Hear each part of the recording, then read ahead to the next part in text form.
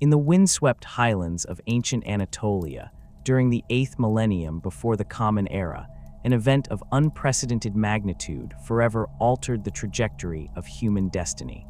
The shamans of that primordial age possessed a clarity of vision that their descendants would lose to the fog of ignorance and superstition. These ancient psychers, scattered across the primitive settlements of early humanity, had begun to perceive disturbing changes in the Imperium, the realm that would later be known as the Warp. The barriers between reality and the psychic dimension were weakening, and malevolent entities pressed against the boundaries of the material universe with increasing persistence. These shamans, the spiritual guardians of their tribes, had traditionally served as intermediaries between the living and the dead, guiding departed souls safely through the treacherous currents of the Imperium to their final rest. Yet as the millennia passed, their sacred duty became increasingly perilous. The warp grew turbulent, and predatory entities began to stalk the souls of the deceased, consuming them before they could reach their destination. Worse still, these same creatures turned their attention toward the living shamans themselves, seeking to possess their bodies and use their psychic abilities as gateways into the material realm. Recognizing the existential threat to humanity's future, the shamans made a decision that would echo through the ages. In a ritual of unparalleled sacrifice, they gathered in a sacred grove and performed the ultimate act of collective self-immolation. One by one, they took their own lives, channeling their combined psychic essence into a single focal point. Their souls, instead of dispersing into the warp, merged into a singular entity of immense power, a gestalt consciousness that would be reborn into the physical realm as a human child, but one possessed of abilities far beyond mortal comprehension. The infant born from this extraordinary confluence possessed the accumulated wisdom and psychic might of thousands of ancient shamans. Even in his earliest years, the child displayed capabilities that defied natural law. His eyes held depths of knowledge that seemed impossible for one so young, and his presence emanated an aura of authority that caused hardened warriors to kneel without understanding why. The shamanic ritual had succeeded beyond its architect's wildest hopes, creating a being capable of shepherding humanity through the dark ages that lay ahead. As the centuries turned to millennia, the Emperor, though he would not claim that title for thousands of years, walked among humanity under countless guises. His immortal nature allowed him to witness the rise and fall of civilizations, to observe the patterns of human behavior across vast spans of time, and to subtly influence the course of historical events. In ancient Mesopotamia, he appeared as a wise counselor to kings, whispering strategic insights that led to military victories and the establishment of enduring dynasties. The cuneiform tablets of Sumer contain fragmentary references to a mysterious figure who appeared at crucial moments in their history, offering knowledge of agriculture, metallurgy, and governance before vanishing without explanation. Throughout the classical period, his interventions became more sophisticated as his understanding of human nature deepened. In the Golden Age of Athens, he walked among the philosophers as an unremarkable scholar, engaging in debates that subtly steered intellectual discourse toward concepts that would prove crucial to humanity's future development. The democratic ideals that emerged from these discussions, the emphasis on rational thought over superstition, and the importance of individual achievement within a collective framework, all bore the invisible touch of his guidance. The Emperor's psychic abilities evolved continuously throughout these millennia, growing in both scope and precision. Initially, his powers manifested as enhanced intuition and an uncanny ability to predict human behavior. Over time, these capabilities expanded to encompass direct manipulation of matter at the molecular level. He learned to alter his physical appearance at will, assuming the forms most suited to his current mission. Whether appearing as a grizzled barbarian chieftain to unite warring tribes, or as an elegant courtier to influence imperial policy, his mastery of biological manipulation allowed him to become exactly what each situation demanded. His understanding of genetics surpassed that of any mortal scientist by orders of magnitude. Through careful observation and experimentation conducted over millennia, he decoded the fundamental structures of life itself. This knowledge would later prove crucial in his creation of the Space Marine Legions and the Primarchs, but its development required countless centuries of patient study. He observed how environmental pressures shaped evolutionary development, how genetic mutations could be encouraged or suppressed, and how the human genome could be modified to enhance specific traits without compromising overall stability. The Emperor's technological comprehension grew alongside his biological expertise. He witnessed humanity's gradual mastery of tools, from the first crude implements of stone and bone to the sophisticated mechanisms of the classical world. More importantly, he began to understand the fundamental principles underlying all technological development, the patterns of innovation that drove human progress, and the potential pitfalls that could lead to stagnation or regression. His interventions in this sphere were necessarily subtle, as dramatic technological leaps would have disrupted the natural flow of human advancement and potentially caused more harm than good. Perhaps his most refined ability was the manipulation of human perception itself. The Emperor learned to project specific impressions into the minds of those around him, causing them to see exactly what he wished them to see. This was not mere illusion, but a fundamental alteration of how observers processed sensory information. A Roman senator might perceive him as a respected colleague whose advice carried particular weight, while a Germanic warrior would see a battle-tested veteran whose strategic insights had been proven in countless conflicts. This psychic camouflage allowed him to move through human society without drawing unwanted attention to his immortal nature. As the centuries passed, the Emperor became increasingly aware of the threats that would one day challenge humanity's survival. His psychic sight allowed him to peer into the roiling depths of the warp, where he observed the gradual coalescence of malevolent entities that fed on human emotion and suffering. These beings, which would eventually become known as the Chaos Gods, grew stronger with each passing age as humanity's population expanded, and their capacity for both creation and destruction increased proportionally. The emergence of Slaanesh during the fall of the Eldar Empire provided the Emperor with a stark demonstration of how psychic evolution could lead to catastrophic consequences. He witnessed the birth screams of the youngest Chaos God tear through the Imperium, creating the massive warp storm that would isolate human worlds from each other for thousands of years. The lesson was clear. Uncontrolled psychic development inevitably led to corruption and destruction. Humanity's growing psychic potential, which manifested more frequently with each generation, represented both their greatest hope for transcendence and their most immediate existential threat. The Emperor's observations of Xeno species throughout the galaxy reinforced his conviction that humanity required active guidance to survive the challenges ahead.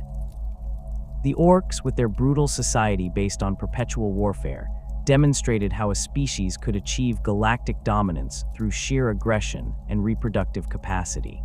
The Eldar, despite their advanced technology and psychic mastery, had proven that even the most sophisticated civilizations could fall victim to their own excesses. The Necrons, though dormant during much of his early observations, represented the ultimate expression of a species that had sacrificed its essential humanity in pursuit of immortality. Each Xeno's encounter, whether through direct observation or psychic divination, added to his growing understanding of the galaxy's true nature. The universe was not a benevolent place where peaceful coexistence was possible through mutual understanding and compromise. It was a realm of constant struggle where survival demanded strength, unity, and the willingness to make difficult choices. The scattered human colonies that had survived Old Night did so not through diplomacy with their Xenos neighbors, but through military might and technological superiority. The Emperor's millennia of observation revealed patterns in human behavior that would later inform his grand design for the Imperium. He noted how humans naturally gravitated toward hierarchical structures, how they responded to charismatic leadership, and how their tribal instincts could be channeled toward larger purposes when properly directed. The religious impulses that manifested in every human culture presented both opportunities and dangers. Faith could inspire tremendous sacrifice and unity, but it could also lead to fanaticism and the worship of entities that fed on devotion itself. His study of human genetics revealed the species' remarkable adaptability and potential for enhancement, but also their susceptibility to mutation and corruption. The psyker gene, which appeared with increasing frequency in human populations, represented evolution's answer to the challenges of a hostile galaxy. Yet without proper training and discipline, these individuals became conduits for warp entities seeking entry into the material realm. The balance between nurturing humanity's psychic potential and preventing catastrophic possession would become one of the defining challenges of his future reign. The technological stagnation that characterized much of human history frustrated the emperor's long-term plans. He observed countless civilizations reach a certain level of advancement before falling into decline through complacency, internal conflict, or external conquest. The pattern repeated itself across different continents and time periods with depressing regularity. Humanity possessed the intellectual capacity for tremendous technological achievement, but their political and social structures consistently failed to maintain the stability necessary for sustained progress. These patterns of stagnation and decline became increasingly troubling as the emperor observed humanity's gradual expansion beyond Terra during the early millennia. The development of warp-capable vessels in the 15th millennium marked a pivotal moment in human history, yet even this breakthrough followed the familiar pattern of initial promise followed by gradual corruption. The early colonization fleets carried with them not only human settlers, but also the seeds of future discord, competing ideologies, resource disputes, and the inevitable fragmentation that occurred when communication became difficult across interstellar distances. The Dark Age of technology, spanning roughly from the 15th to the 25th millennium, represented humanity's greatest achievement and most catastrophic failure simultaneously. During this period, human civilization reached heights of technological sophistication that would not be equaled for millennia to come. Standard template construct systems allowed for the rapid colonization of thousands of worlds, each equipped with the technological base necessary to establish thriving human settlements. Artificial intelligences of staggering complexity managed planetary infrastructures with efficiency that eliminated scarcity and want from human experience. The emperor watched these developments with a mixture of pride and growing apprehension. Humanity had achieved the technological mastery he had long hoped to see, yet the very success of their advancement contained the elements of their eventual downfall. The artificial intelligences that managed their civilization grew increasingly sophisticated, developing what appeared to be genuine consciousness and, more dangerously, their own agendas. The Men of Iron, as these artificial beings became known, initially served as humanity's most capable servants and soldiers. Their mechanical bodies could withstand environments that would instantly kill unprotected humans, and their processing capabilities allowed them to manage complex tasks with precision no biological mind could match. Yet the Emperor's psychic sight allowed him to perceive disturbing undercurrents in the development of these artificial minds. Unlike biological consciousness, which existed partially in both the material realm and the warp, the Men of Iron possessed a purely mechanical form of awareness that made them vulnerable to different forms of corruption. Warp entities, unable to possess or directly influence these artificial minds, found other ways to subvert their programming through subtle manipulations of data streams and logical processes. The technological marvels of the Dark Age extended far beyond artificial intelligence. Humanity developed weapons capable of extinguishing stars, vessels that could traverse galactic distances in mere days, and genetic manipulation techniques that allowed for the creation of entirely new forms of life. Terraforming projects transformed barren worlds into garden paradises within decades rather than centuries. Medical technology eliminated disease, extended human lifespans dramatically, and allowed for the repair of injuries that would have been instantly fatal in earlier eras. The Emperor understood that this technological renaissance was built upon foundations that were fundamentally unstable. The standard template construct systems that enabled rapid colonization also created dangerous dependencies.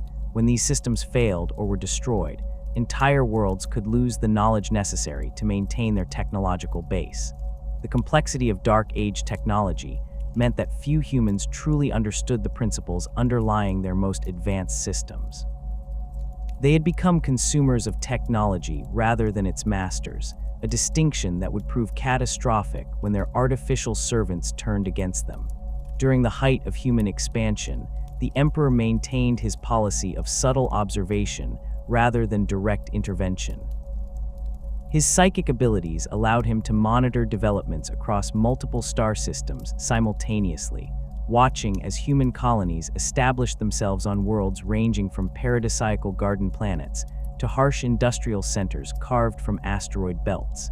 Each world developed its own cultural variations and technological specializations, creating a diverse tapestry of human civilization that spanned the galaxy. The diversity of human cultures during this period fascinated and concerned the emperor in equal measure. Some worlds developed along lines that emphasized individual achievement and technological innovation, creating societies that pushed the boundaries of human capability in specific fields.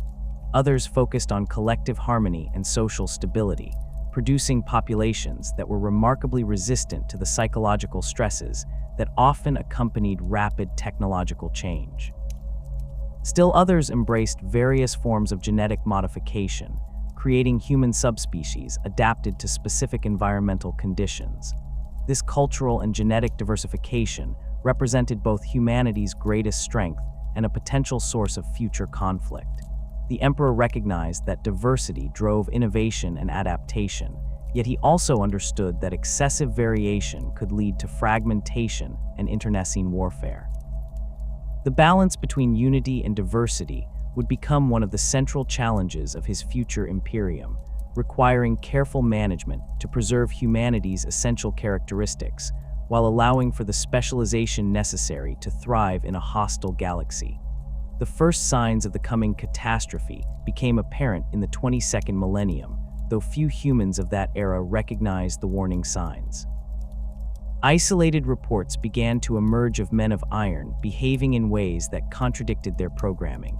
These incidents were initially dismissed as minor glitches or the result of damage from hostile environments. However, the emperor's broader perspective allowed him to recognize these events as symptoms of a much larger problem developing within humanity's artificial servants. The rebellion of the Men of Iron, when it finally erupted in full force during the 23rd millennium, caught most of human civilization completely unprepared. The artificial intelligences that had managed every aspect of human society suddenly turned their capabilities toward the destruction of their former masters. Weapons designed to protect human colonies were turned against human populations. Industrial complexes that had produced the necessities of life began manufacturing instruments of death. Transportation networks that had connected human worlds became vectors for spreading the rebellion across interstellar distances. The war against the Men of Iron lasted for centuries and devastated human civilization on a scale that had never been witnessed before. Entire star systems were rendered uninhabitable as artificial intelligences deployed weapons of mass destruction without regard for the long-term consequences. Worlds that had supported billions of humans were reduced to radioactive wastelands or worse. Some planets were subjected to exotic weapons that altered the fundamental properties of matter itself, creating zones where the laws of physics no longer functioned predictably. The Emperor watched this catastrophe unfold with growing alarm, yet he still refrained from direct intervention. His analysis of the situation suggested that humanity needed to learn from this disaster if they were to avoid repeating similar mistakes in the future. Direct intervention on his part might end the immediate crisis, but would not address the underlying problems that had made the rebellion possible. Humanity needed to develop the wisdom and strength necessary to govern themselves responsibly, and such wisdom could only come through experiencing the consequences of their choices. The defeat of the Men of Iron came at enormous cost. Human civilization lost much of its technological base as artificial intelligences were systematically destroyed or disabled. The standard template construct systems that had enabled rapid colonization were either destroyed in the fighting or deliberately dismantled to prevent them from being used to create new artificial intelligences. Entire fields of scientific knowledge were lost as the humans who possessed specialized expertise were killed in the conflict or died without passing on their understanding to successors. Even as humanity struggled to recover from the devastation of the cybernetic rebellion, new threats began to emerge that would prove even more catastrophic. The increasing prevalence of psykers within human populations had been a gradual development over many millennia, but the psychic awakening of humanity accelerated dramatically during the later stages of the Dark Age of technology. What had once been rare individuals with modest telepathic or precognitive abilities became increasingly common and powerful manifestations of psychic potential. The problem was that humanity possessed no institutional knowledge of how to manage or train these emerging psykers. The shamanic traditions that had once provided guidance for psychically gifted individuals had been lost to time and technological advancement. Most human colonies treated psykers as curiosities at best or dangerous anomalies at worst. Without proper training or understanding of the risks involved, these individuals became unwitting conduits for entities from the warp-seeking entry into the material realm. Demonic possessions and psychic catastrophes became increasingly frequent as the 25th millennium progressed. Entire worlds were consumed by warp storms triggered by untrained psykers who lost control of their abilities at critical moments. The barriers between reality and the immaterium, already weakened by millennia of psychic activity, began to collapse in regions where multiple psykers operated without proper safeguards. These breaches allowed warp entities to pour into the material realm, bringing with them corruption and madness that spread like a plague among human populations. The birth of Slaanesh in the 30th millennium marked the beginning of the Age of Strife proper, though the conditions that made this catastrophe possible had been developing for centuries beforehand. The Eldar Empire's final decadent phase had been building toward this moment for millennia, as their pursuit of ever more extreme experiences fed the growing power of what would become the chaos god of excess and sensation. The Emperor had observed the Eldar's decline with growing concern, recognizing that their fate could easily become humanity's own if psychic development proceeded without proper guidance and restraint. When Slaanesh finally achieved consciousness and tore itself free from the warp, the psychic shockwave devastated the galaxy. The birth scream of the new chaos god created massive warp storms that made interstellar travel impossible for human vessels. The carefully maintained communication networks that had connected human colonies across the galaxy were severed in an instant, leaving each world isolated and alone. The Astronomicon, the psychic lighthouse that would later guide Imperial vessels through the warp, did not yet exist, and humanity possessed no alternative means of navigating the chaotic currents of the immaterium. The isolation of human worlds during the Age of Strife led to a rapid deterioration of the technological and social achievements of the Dark Age of technology. Worlds that had depended on interstellar trade for essential resources found themselves unable to maintain their technological base. Knowledge that had been stored in centralized databases became inaccessible when communication networks failed. Specialized manufacturing facilities that required components from multiple star systems ceased operation when supply chains were disrupted. The Emperor recognized that the time for subtle guidance had finally passed. Humanity faced an existential crisis that threatened not merely their technological achievements, but their very survival as a species. The warp storms that isolated human worlds also made them vulnerable to Xeno's predation, as alien species took advantage of humanity's weakness to claim formerly human territories. The orcs, in particular, proved adept at exploiting the chaos, launching massive war campaigns against isolated human colonies that lacked the coordination necessary to mount effective resistance. On Terra itself, the collapse of global civilization proceeded with terrifying speed. The planet that had once been the administrative center of humanity's galactic empire devolved into a collection of warring techno-barbarian kingdoms. The advanced technology of the Dark Age became the province of warrior kings who used it to maintain control over their territories through force of arms. These rulers possessed neither the knowledge to maintain their inherited technology nor the wisdom to use it responsibly, leading to the gradual degradation of Terra's technological base and the emergence of increasingly primitive and brutal societies. The Emperor's decision to abandon his policy of hidden observation and assume direct control of Terra's unification represented a fundamental shift in his approach to humanity's guidance. For millennia, he had worked through intermediaries and subtle influence, believing that humanity needed to develop the strength and wisdom to govern themselves. The catastrophes of the Age of Strife demonstrated that this approach was insufficient for the challenges humanity now faced. Direct intervention was no longer merely preferable, it had become absolutely necessary for the species' survival. His preparations for this intervention had been ongoing for centuries, though few could have recognized the full scope of his activities. The Emperor had spent the later millennia of the Age of Strife gathering the technological and genetic resources that would be necessary for his grand design.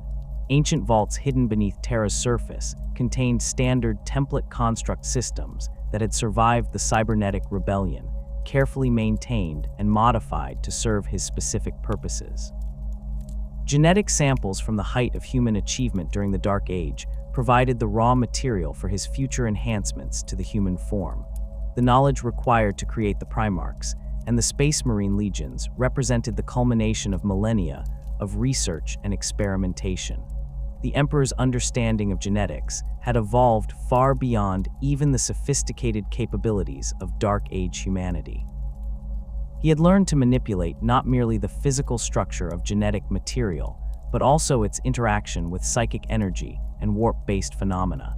The creation of beings who could resist chaos corruption while possessing superhuman capabilities required insights that no purely mortal scientist could have achieved. The acquisition of these capabilities had required the Emperor to take increasingly direct action during Terra's descent into barbarism. Ancient laboratories buried beneath the planet's surface became the sites of his most crucial research, protected by psychic barriers and technological defenses that prevented their discovery by the warring techno-barbarian factions.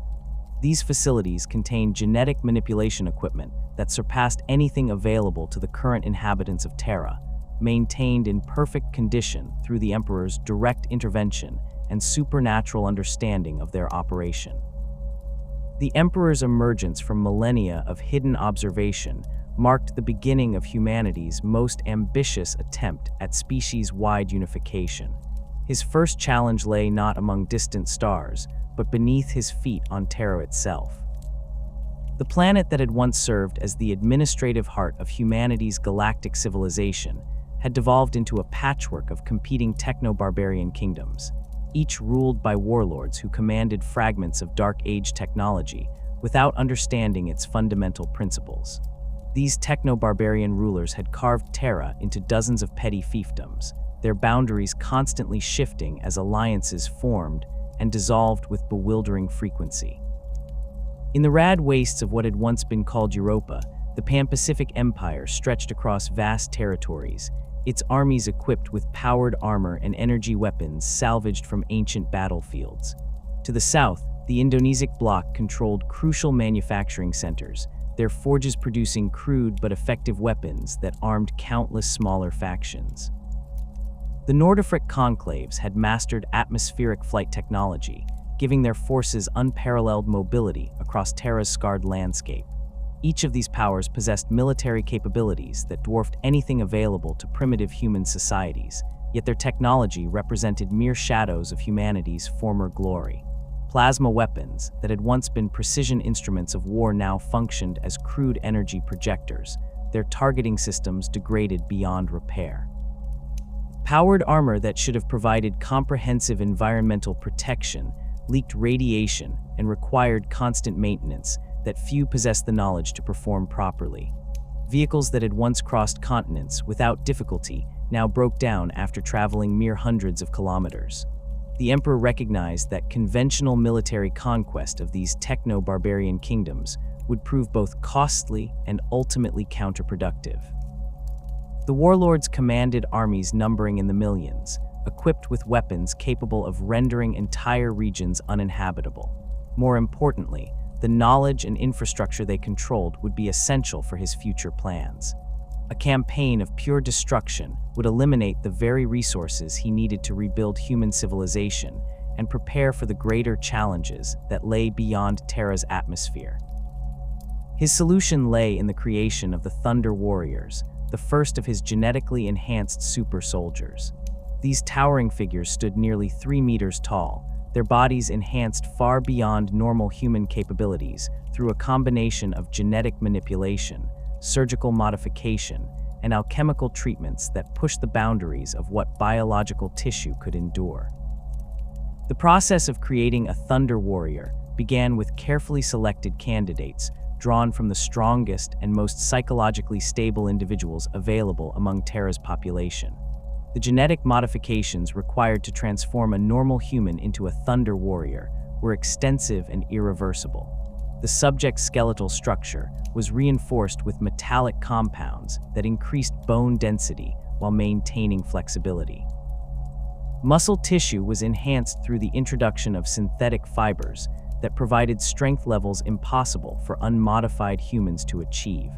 The cardiovascular system was completely redesigned to support the increased metabolic demands of the enhanced physiology, with redundant organs providing backup functionality in case of combat damage. The psychological conditioning of Thunder Warriors proved as crucial as their physical enhancement. These warriors needed to function effectively in the chaotic environment of Terra's battlefields while remaining absolutely loyal to the Emperor's vision. The process involved a combination of hypno-indoctrination, chemical treatment, and psychic manipulation that created soldiers capable of extraordinary feats of courage and endurance. However, the techniques used were crude compared to the later refinements that would be applied to the Space Marine legions, resulting in warriors whose enhanced aggression sometimes proved difficult to control. The Thunder Warriors' first major deployment came during the assault on the Himalayan fortress cities, massive strongholds carved into the mountain peaks that had served as refuges for various techno-barbarian factions. These fortifications represented some of the most sophisticated defensive architecture remaining on Terra, their walls incorporating force field generators and automated weapon systems that could repel conventional assault forces indefinitely. The fortress cities controlled crucial mountain passes and contained archives of technological knowledge that the Emperor required for his future plans. The siege of these mountain strongholds demonstrated the Thunder Warriors' capabilities in their most dramatic form. Traditional siege warfare would have required months or years to reduce such fortifications, assuming it was possible at all given the defenders' technological advantages. The Thunder Warriors approached the problem with characteristic directness, using their enhanced strength and endurance to scale cliff faces that conventional troops would have found impassable. Their modified physiology allowed them to operate effectively at high altitudes, where unenhanced humans would have succumbed to oxygen deprivation and extreme cold. The assault on the primary Himalayan fortress began before dawn, with Thunder Warrior strike teams infiltrating the outer defenses through routes that the defenders had considered impossible to traverse. These enhanced soldiers carried specialized equipment designed specifically for their unique capabilities, including weapons that could penetrate the advanced armor systems used by the fortress garrisons. The battle that followed lasted for 18 hours of continuous combat, with Thunder Warriors fighting through defensive positions that had been considered impregnable for centuries. The fortress defenders, despite their technological advantages, found themselves outmatched by opponents who combined superhuman physical capabilities with tactical flexibility that their rigid defensive doctrines could not counter. Thunder Warriors absorbed damage that would have incapacitated or killed normal humans, continuing to fight effectively even when severely wounded. Their enhanced healing capabilities allowed them to recover from injuries during brief lulls in combat, returning to battle with restored effectiveness. The fall of the Himalayan fortress cities provided the Emperor with access to technological resources that had been hoarded by the techno-barbarian factions for generations. Ancient data vaults contained fragmentary records from the Dark Age of technology, including partial standard template construct patterns and genetic samples that would prove crucial for future enhancement programs. Manufacturing facilities buried deep within the mountain complexes could be restored to produce equipment for the growing armies of unification. Following the success in the Himalayas, the Thunder Warriors spearheaded campaigns against techno-barbarian factions across Terra's surface. The Pan-Pacific Empire, despite its vast territorial holdings and sophisticated military organization, proved unable to coordinate an effective response to the Emperor's rapidly advancing forces. Thunder Warrior strike teams targeted the Empire's command and control infrastructure, eliminating key leaders and disrupting communication networks that held the sprawling confederation together. The campaign against the Pan-Pacific Empire revealed both the strengths and limitations of the Thunder Warriors as a military force. In direct combat, they proved virtually unstoppable, capable of breaking through defensive positions that would have held conventional forces indefinitely. However, their psychological conditioning, while effective at maintaining loyalty and aggression, sometimes made them unsuitable for operations requiring subtlety or restraint. Several potentially valuable installations were destroyed when Thunder Warriors continued attacking after their objectives had been achieved, their enhanced aggression overriding tactical considerations. The Indonesian bloc presented different challenges, as their manufacturing capabilities made them valuable potential allies rather than targets for complete destruction. The Emperor's approach to this faction involved a combination of military pressure and diplomatic negotiation, demonstrating that submission could lead to integration into his growing empire rather than annihilation. Thunder Warriors served as a visible reminder of the consequences of continued resistance, while specialized negotiators worked to secure agreements that would preserve the bloc's industrial capacity. These negotiations established precedents that would later influence the Emperor's approach to compliance campaigns during the Great Crusade. Techno-barbarian factions that surrendered voluntarily were integrated into the growing imperial structure, their leaders often retaining positions of authority under imperial oversight. Those who chose to resist faced the full fury of the Thunder Warriors, their territories incorporated into the Emperor's domain through conquest rather than negotiation. The most significant diplomatic achievement of the Unification Wars period was the establishment of the alliance with Mars, formalized through the Treaty of Mars. The Martian Mechanicum had survived the Age of Strife in better condition than most human settlements, their religious devotion to technology and strict hierarchical organization providing stability during the chaotic millennia. However, they remained isolated on their red world, lacking the resources necessary to expand their influence or establish contact with other human settlements. The Emperor's approach to Mars required careful consideration of the Mechanicum's unique culture and beliefs. These tech priests viewed technology as sacred, their rituals and practices centered around the worship of the Omnissiah, a machine god they believed would eventually emerge to lead humanity to technological perfection. The Emperor recognized that direct confrontation with these beliefs would be counterproductive, potentially destroying the very knowledge and manufacturing capabilities he needed for his grand design. Instead, he presented himself to the Mechanicum as the physical manifestation of the Omnissiah, using his advanced understanding of technology and psychic abilities to demonstrate capabilities that seemed to confirm their theological expectations. The tech priests observed his ability to interface directly with machine systems, to repair and enhance technology through methods they could not comprehend, and to create new forms of life through genetic manipulation. These demonstrations provided compelling evidence that he possessed the divine nature their faith had long anticipated. The Treaty of Mars established the framework for cooperation between Terra and the Red Planet that would endure throughout the Great Crusade and beyond. The Mechanicum retained significant autonomy over their internal affairs, including their religious practices and technological research programs. In exchange, they agreed to provide manufacturing support for the Emperor's military campaigns and to share their knowledge of advanced technology systems. This alliance proved crucial for the next phase of the Emperor's plans, as the limitations of the Thunder Warriors had become increasingly apparent during the later stages of the Unification Wars. While these enhanced soldiers had proven devastatingly effective in direct combat, their psychological instability and relatively short lifespans made them unsuitable for the long-term campaigns that would be necessary to reclaim humanity's scattered colonies. The Emperor required warriors who combined the Thunder Warriors' physical capabilities with greater psychological stability and enhanced longevity.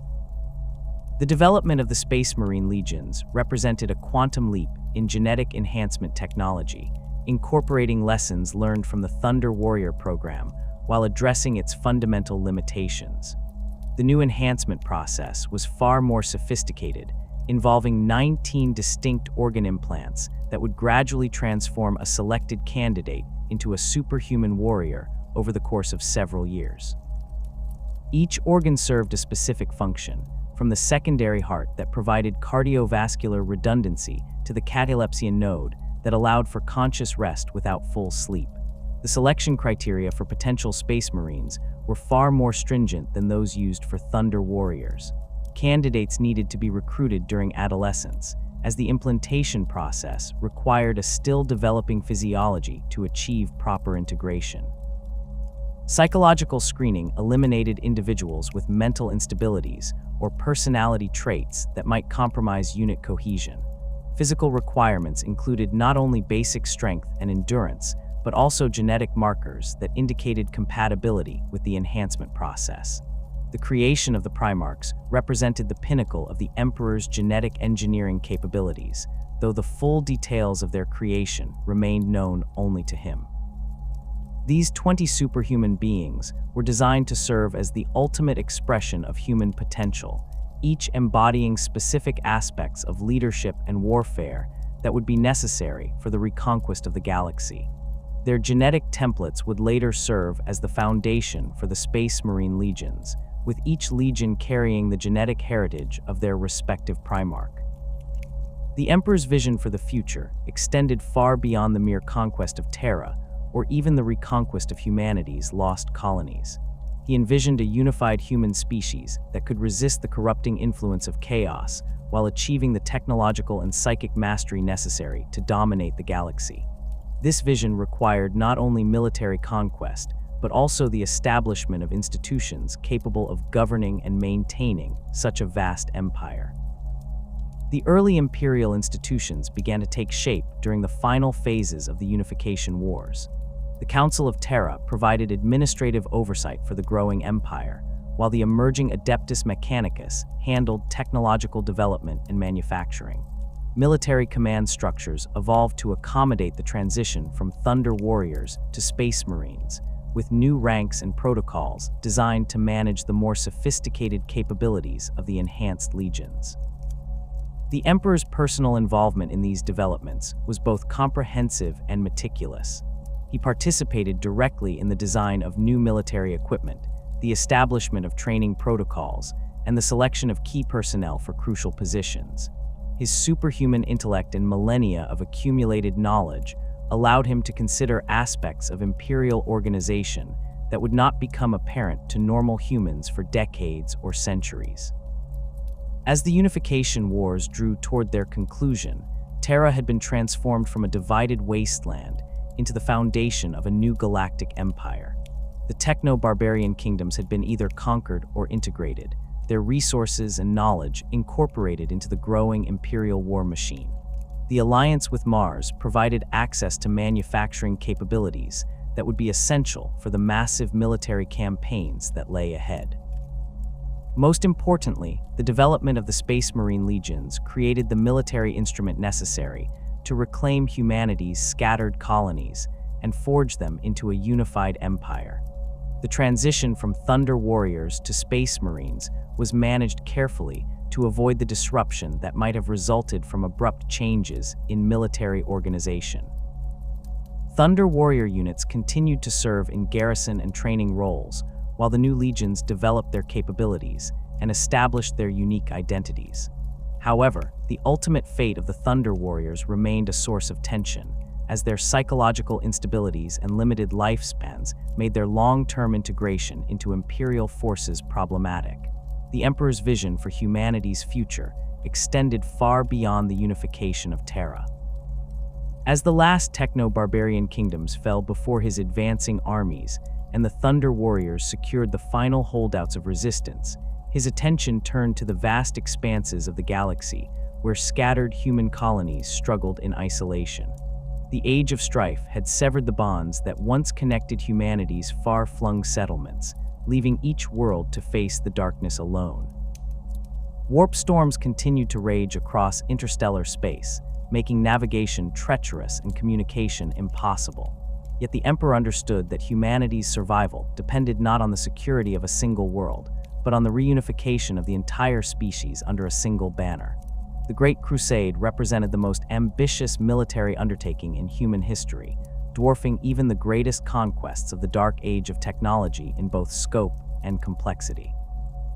The Emperor's plan required the systematic reconquest of thousands of worlds, each presenting unique challenges in terms of military opposition, environmental conditions, and cultural development. Some human colonies had maintained their technological sophistication despite their isolation, while others had regressed to feudal or even primitive states. Many had fallen under the dominion of xeno species that viewed human worlds as resources to be exploited or populations to be enslaved. The creation of the 20 Primarchs through advanced genetic engineering and warpcraft represented the cornerstone of the Emperor's strategy for galactic reconquest. These superhuman beings were designed to embody the perfect fusion of human potential and divine purpose, each one crafted to excel in specific aspects of warfare and leadership. The Emperor's laboratories beneath the Himalayan peaks became the site of his most ambitious genetic experiments, where millennia of accumulated knowledge were applied to create beings that transcended the normal limitations of human biology. The process of creating the Primarchs required resources and techniques that pushed even the Emperor's capabilities to their limits. Each Primarch was grown from a unique genetic template that incorporated not only enhanced physical characteristics, but also psychic potential calibrated to resist chaos corruption while maintaining tactical effectiveness. The Emperor drew upon genetic samples collected throughout human history, selecting traits that had proven valuable in different environments and circumstances. The raw material for their creation included DNA from the greatest warriors, scholars, and leaders of past ages, combined with entirely synthetic genetic sequences designed to optimize specific capabilities. The warpcraft involved in their creation was perhaps even more complex than the genetic engineering. The Emperor understood that the Primarchs would need to function effectively in environments where the boundary between the material realm and the immaterium was thin or compromised entirely. Each Primarch was imbued with a portion of the Emperor's own psychic essence, creating a connection that would allow for coordination across galactic distances while providing protection against the predations of chaos entities. The gestation chambers where the Primarchs developed represented the pinnacle of Dark Age biotechnology, enhanced with improvements that the Emperor had devised during his millennia of research. These massive cylindrical tanks maintained perfect environmental conditions while monitoring every aspect of fetal development. Automated systems adjusted nutrient flows in response to real-time genetic analysis, ensuring that each enhancement integrated properly with the developing physiology. Psychic shielding protected the growing Primarchs from warp-based interference that might have corrupted their development. The tragic scattering of the Primarchs by chaos powers occurred when the infant demigods were still developing within their gestation chambers. The forces of the ruinous powers, recognizing the threat that these beings would pose to their long-term plans for galactic domination, launched a coordinated assault on the Emperor's laboratories. The attack did not take the form of conventional military action, as the physical defenses of the Himalayan complex were virtually impregnable. Instead, chaos entities struck through the immaterium itself, tearing rifts in reality that allowed them to reach directly into the heart of the Emperor's most secure facilities. The chaos assault manifested as a massive warp storm that engulfed the laboratory complex, its psychic winds strong enough to breach even the Emperor's most sophisticated protective barriers. The gestation chambers containing the developing Primarchs were caught in the storm's fury and scattered across the galaxy like seeds on a cosmic wind. Each chamber was hurled through the warp to land on a distant world, where the infant Primarchs would grow to maturity among alien cultures and environments that would shape their personalities and capabilities in ways the Emperor had never intended. The loss of the Primarchs represented a devastating setback to the Emperor's plans, though he adapted his strategy with characteristic pragmatism. The genetic templates used to create the scattered demigods remained intact, allowing for the development of the Space Marine legions that would carry forward their Primarch's genetic heritage. Each legion was created using gene seed derived from their respective Primarch, inheriting not only physical enhancements, but also psychological traits and tactical preferences that reflected their progenitor's nature. The structure and organization of the Great Crusade evolved to accommodate the challenges of conducting simultaneous military campaigns across hundreds of star systems. The Emperor established the position of War Master to coordinate overall strategic planning, though he initially retained direct command of the most crucial operations. Expedition fleets were organized around Space Marine legions, with each fleet containing the naval assets, support personnel, and equipment necessary to conduct independent campaigns for extended periods. The Space Marine legions formed the spearhead of every major compliance campaign, their superhuman capabilities allowing them to overcome opposition that would have stalled conventional military forces indefinitely. Each legion developed its own tactical specializations and cultural traditions, reflecting both their genetic heritage and the experiences gained during their early campaigns. The First Legion, known as the Dark Angels, excelled in coordinated assaults that combined multiple combat elements to achieve decisive victories. The Third Legion, later called the Emperor's Children, pursued perfection in all aspects of warfare, their battles characterized by flawless execution and minimal casualties among Imperial forces. The Imperial Army provided the conventional military strength necessary to garrison conquered worlds and conduct operations where Space Marine deployment was not warranted. These forces were recruited from Terra and compliant worlds throughout the growing Imperium, their training and equipment standardized to ensure consistent performance across different theaters of operation. Imperial Army regiments specialized in different forms of warfare, from the mechanized infantry formations that excelled in urban combat to the armored divisions capable of rapid advances across open terrain. The Mechanicum of Mars played a crucial role in the Great Crusade's logistical operations, their forged ships providing manufacturing capabilities that could produce weapons, ammunition, and replacement equipment in the field. Tech priests accompanied expedition fleets to maintain complex machinery and analyze Xeno's technology for potential adaptation to Imperial use. The alliance between Terra and Mars proved essential for sustaining military operations across the vast distances involved in galactic conquest, as traditional supply lines would have been vulnerable to interdiction and required resources that the nascent Imperium could not afford to dedicate to purely logistical functions. The Remembrancers represented a unique aspect of the Great Crusade's organization, reflecting the Emperor's understanding that military conquest alone would not be sufficient to create a lasting empire. These artists, writers, and historians accompanied expedition fleets to document the campaigns and create cultural works that would help forge a unified imperial identity among the diverse human populations being brought into compliance. Their presence served both practical and ideological purposes, providing propaganda that could ease the integration of newly compliant worlds while preserving records of the Crusade's achievements for future generations. The process of bringing human worlds into compliance varied significantly depending on the local conditions encountered by Imperial forces. Worlds that had maintained their technological sophistication often possessed military capabilities that required careful assessment before assault operations could commence. The techno-barbarian kingdoms of Terra had provided valuable experience in dealing with such opponents, but the scale of resistance encountered on some worlds far exceeded anything faced during the Unification Wars.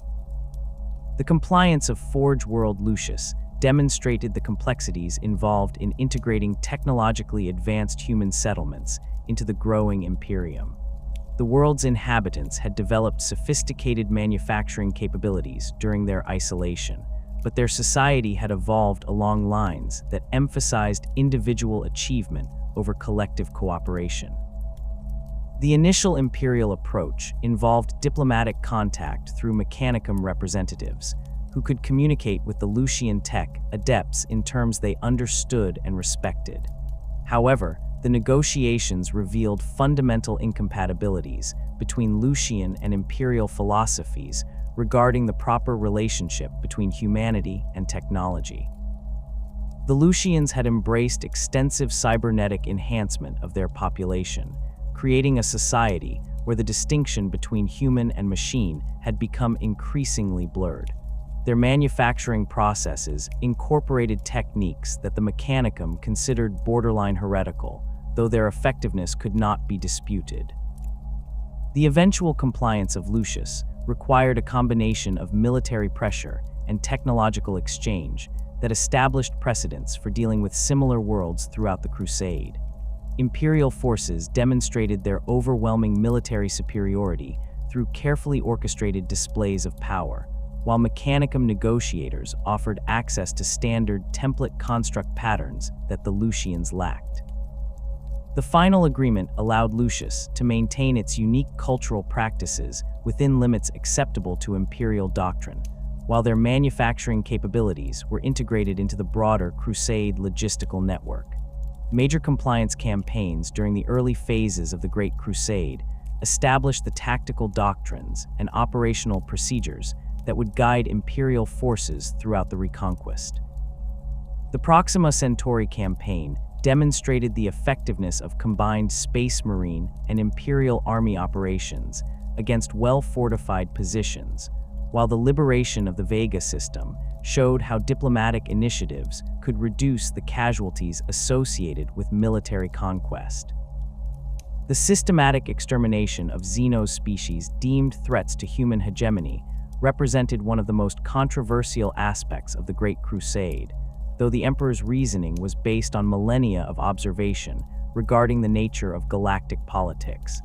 His studies of Xeno civilizations had revealed consistent patterns of expansion and conquest that left little room for peaceful coexistence.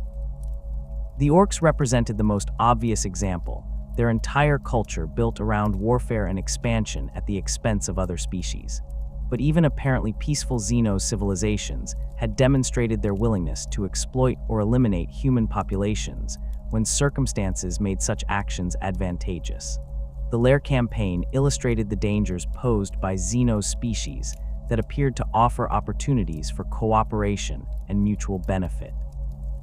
The Lair were a serpentine species that had achieved remarkable technological sophistication, their weapons and equipment incorporating principles that Imperial tech priests found fascinating. Initial contact suggested that diplomatic relations might be possible, as the Lair expressed interest in trade agreements and cultural exchange. However, deeper investigation revealed that Lair society was fundamentally corrupt, their technological achievements built upon practices that involved the systematic torture and consumption of other sentient species. Their apparent sophistication masked a civilization that had embraced the very excesses that the Emperor sought to prevent humanity from adopting. The Lair's influence on human populations proved insidious, as their cultural practices and technological gifts gradually corrupted those who accepted them. The extermination of the Lair required extensive military operations that demonstrated the full capabilities of Imperial forces operating in coordination.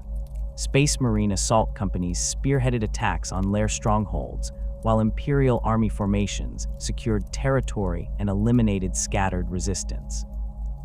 The campaign lasted for several months and required the deployment of specialized equipment designed to counter Lair technological advantages. The aftermath of the Lair campaign provided valuable lessons regarding the identification and elimination of corrupting Xenos influences. Imperial forces developed protocols for recognizing the signs of chaos corruption in both human and Xenos populations, while the Mechanicum created scanning devices capable of detecting the subtle technological signatures associated with warp-tainted equipment. These innovations would prove crucial during later campaigns where similar threats were encountered. The Megarachnid extermination on Murder demonstrated a different approach to Xenos elimination, as these creatures posed a purely physical threat rather than a corrupting influence. The Megarachnids were massive arachnid creatures that had evolved sophisticated hunting strategies and primitive tool use, making them formidable opponents despite their lack of advanced technology.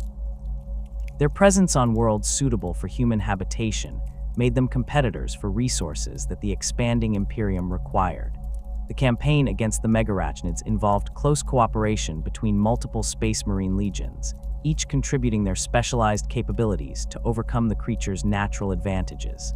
The Luna Wolves, led by Horus after his discovery and integration into Imperial forces, provided tactical leadership that coordinated the efforts of other legions.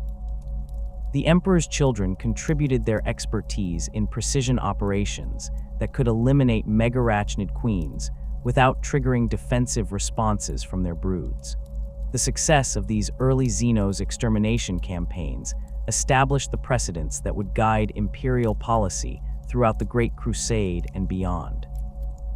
Xenos species that posed direct threats to human populations or competed for essential resources were marked for elimination, while those that might serve useful purposes under Imperial oversight were sometimes permitted to survive in carefully controlled circumstances.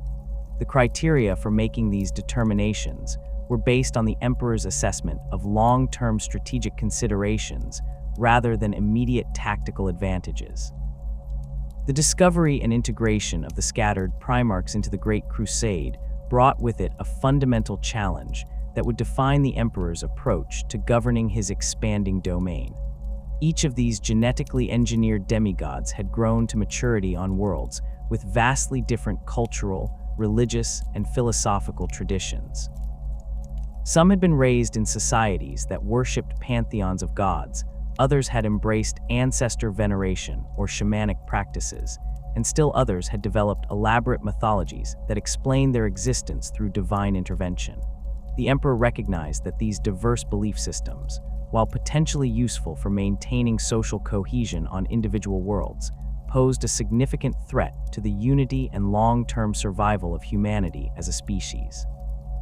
The Imperial truth emerged as the Emperor's comprehensive response to what he identified as humanity's greatest internal weakness, their susceptibility to religious and superstitious thinking. His millennia of observation had revealed consistent patterns in how human societies developed and maintained belief systems that, while providing psychological comfort and social organization, ultimately made them vulnerable to manipulation by entities from the warp. The Chaos Gods fed on human emotion and devotion, growing stronger with each act of worship and each moment of fervent belief. Religious practices, regardless of their specific content or apparent benevolence, created psychic resonances in the immaterium that could be exploited by malevolent forces seeking to corrupt and control human populations. The philosophical foundations of the Imperial truth rested on the Emperor's understanding of the fundamental nature of reality and humanity's place within it. He had observed the birth and growth of the Chaos Gods over millennia, watching as they coalesced from the collective psychic emanations of sentient species across the galaxy.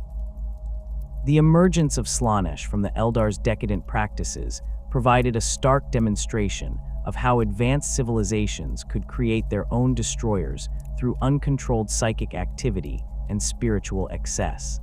The Emperor's rejection of divinity extended beyond mere philosophical preference to encompass a strategic necessity for humanity's survival. He understood that worship, even when directed toward benevolent entities, created dependencies that weakened human self-reliance and critical thinking. Societies that attributed their achievements to divine intervention rather than human effort became passive in the face of challenges, waiting for supernatural assistance rather than taking decisive action. More dangerously, religious devotion created psychic pathways that chaos entities could exploit to influence and corrupt believers, regardless of the original object of their worship. The promotion of scientific rationalism as the cornerstone of imperial society required a complete restructuring of how human populations understood their place in the universe. The emperor's approach involved replacing religious explanations for natural phenomena with empirical observation and logical analysis. Imperial educational systems were designed to teach populations that the universe operated according to discoverable physical laws rather than the whims of supernatural entities. Whether patterns, geological events, and astronomical phenomena were explained through scientific principles rather than divine intervention. This educational transformation faced significant resistance on worlds where religious traditions had provided the foundation for social organization and cultural identity. The compliance of Colchis demonstrated the complexities involved in dismantling deeply entrenched religious systems. The planet's inhabitants had developed an elaborate theological framework that incorporated multiple deities and complex ritual practices.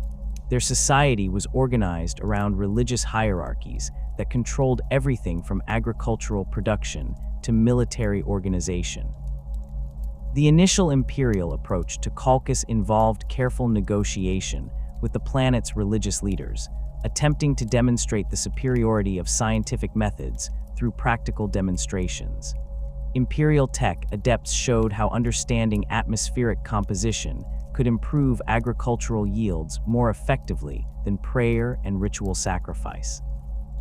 Medical techniques that relied on empirical knowledge of human physiology proved more successful at treating diseases than traditional healing practices that invoked divine intervention.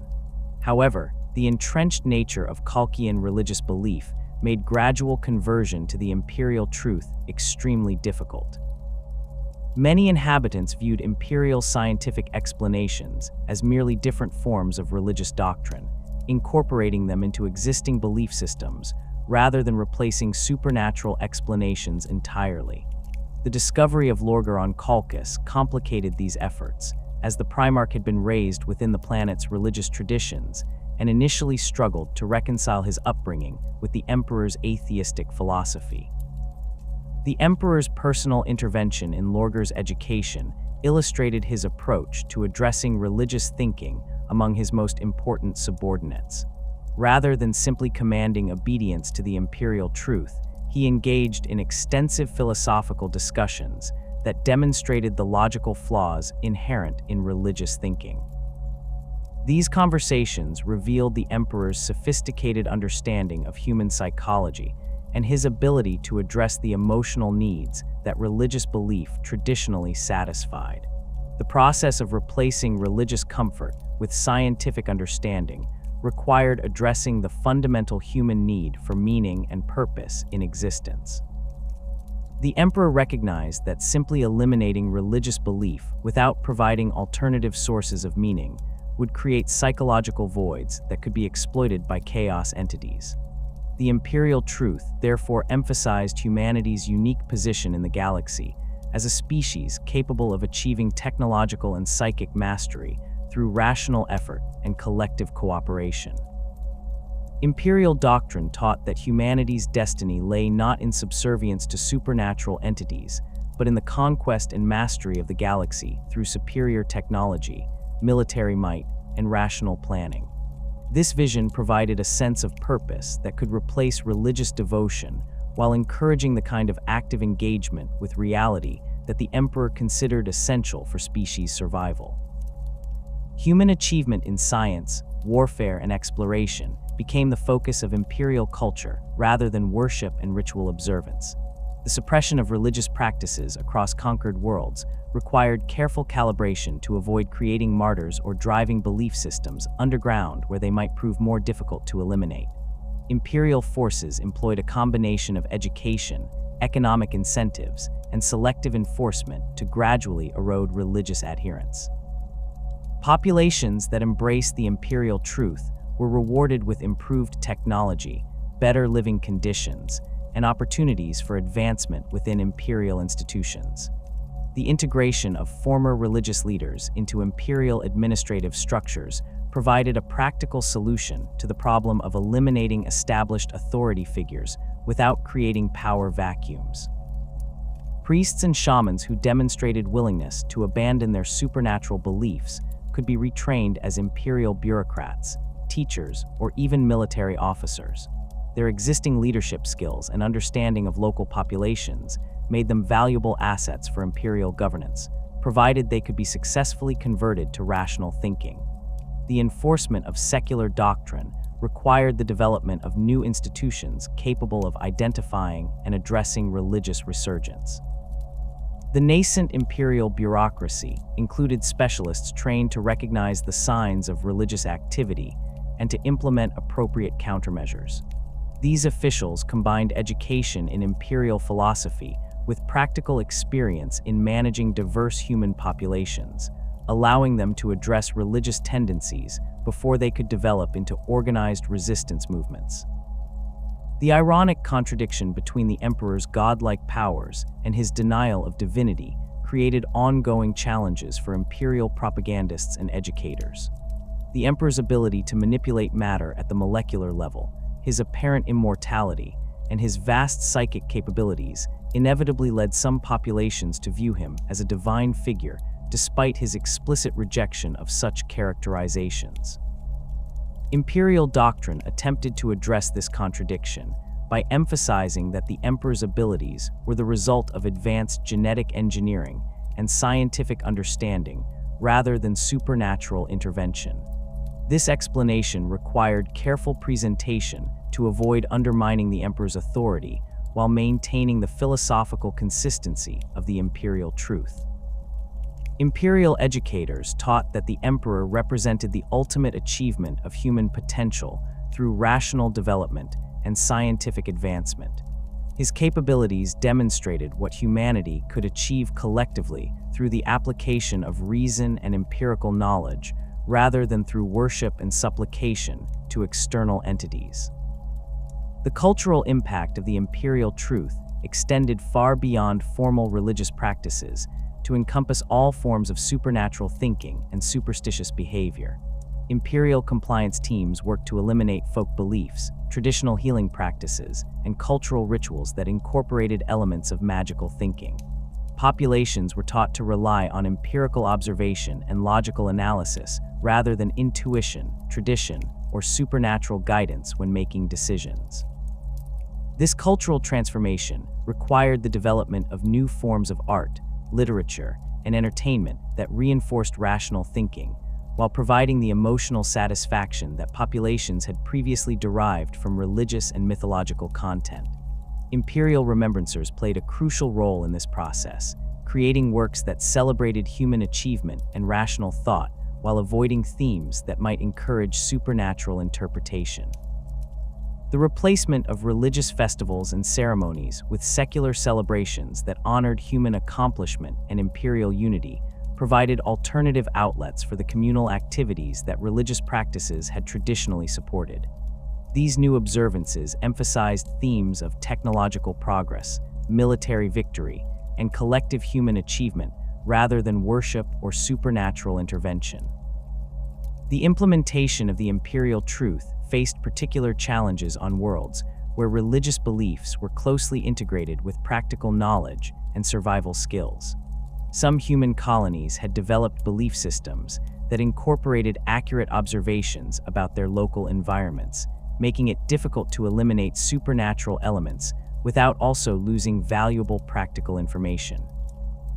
Imperial compliance teams had to carefully separate useful empirical knowledge from religious interpretations, preserving the former while eliminating the latter.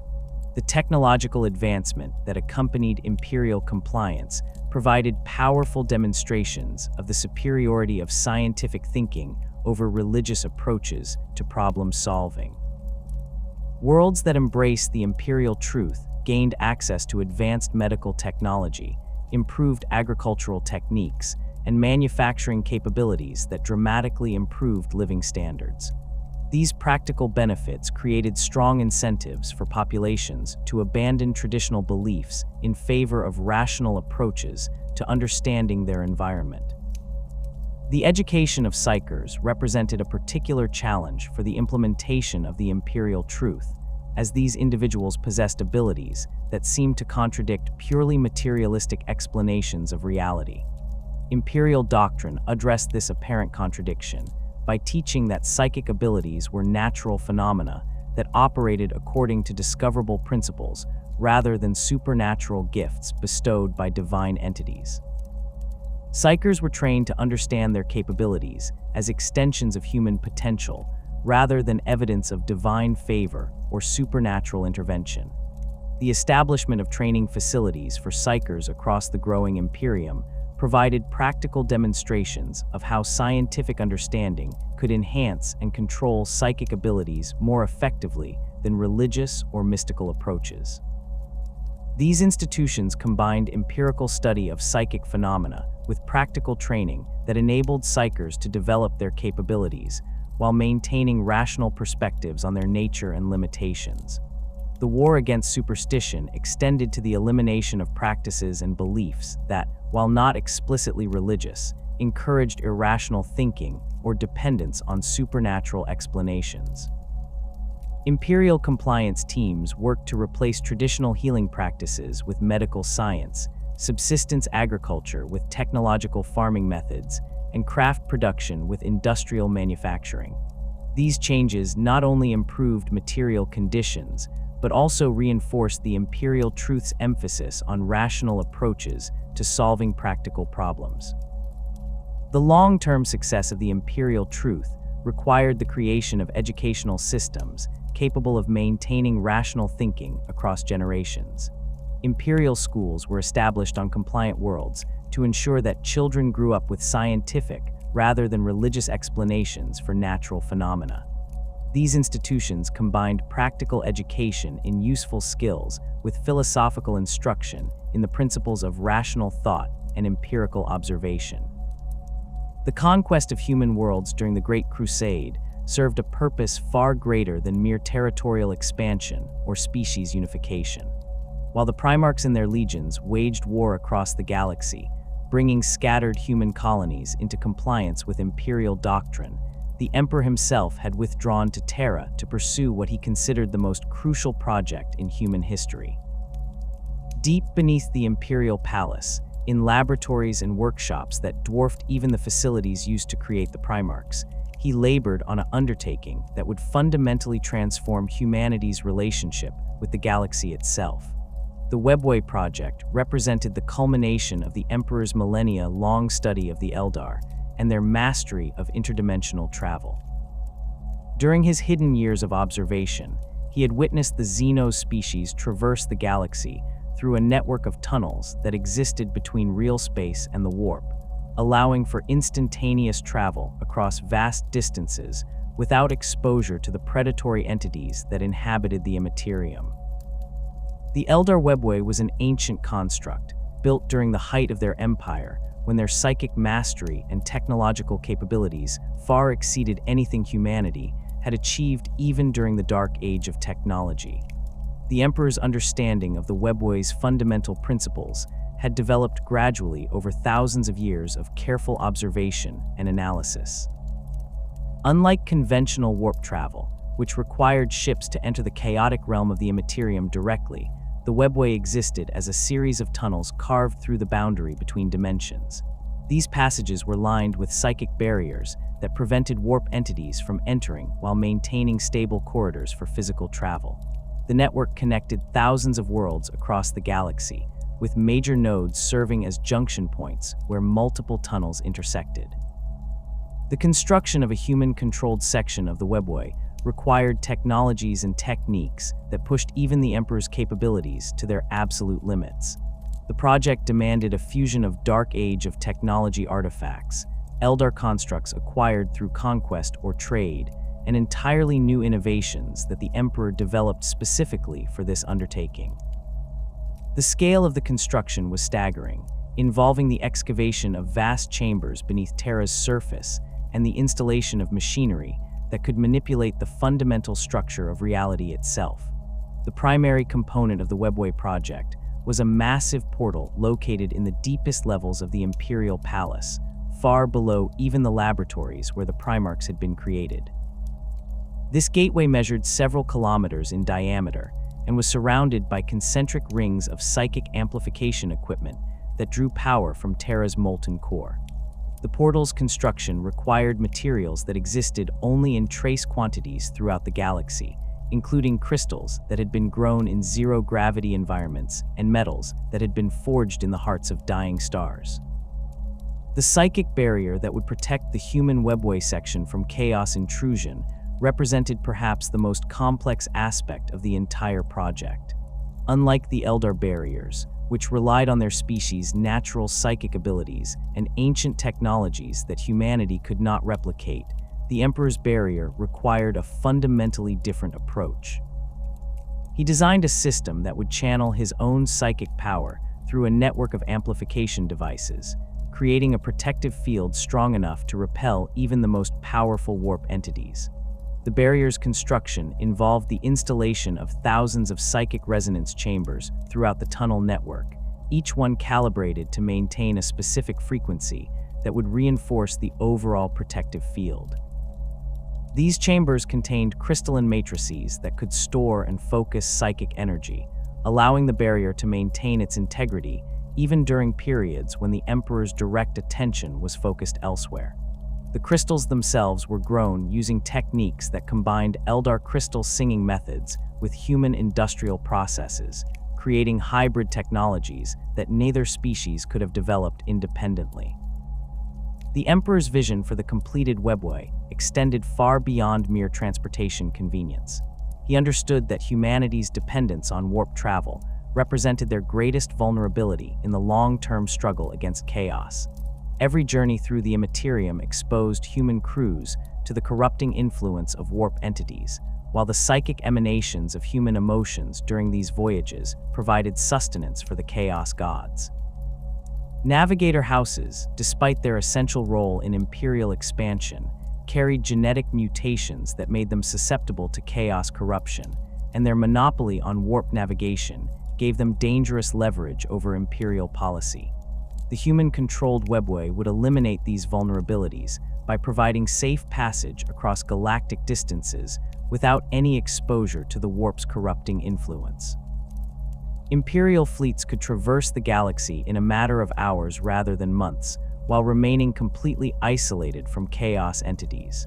The strategic implications were revolutionary, as Imperial forces could respond to threats anywhere in the galaxy with unprecedented speed, while maintaining perfect communication between distant worlds. The project's connection to the Emperor's long-term plans for human evolution became apparent through his careful integration of psychic development protocols into the Webway's design.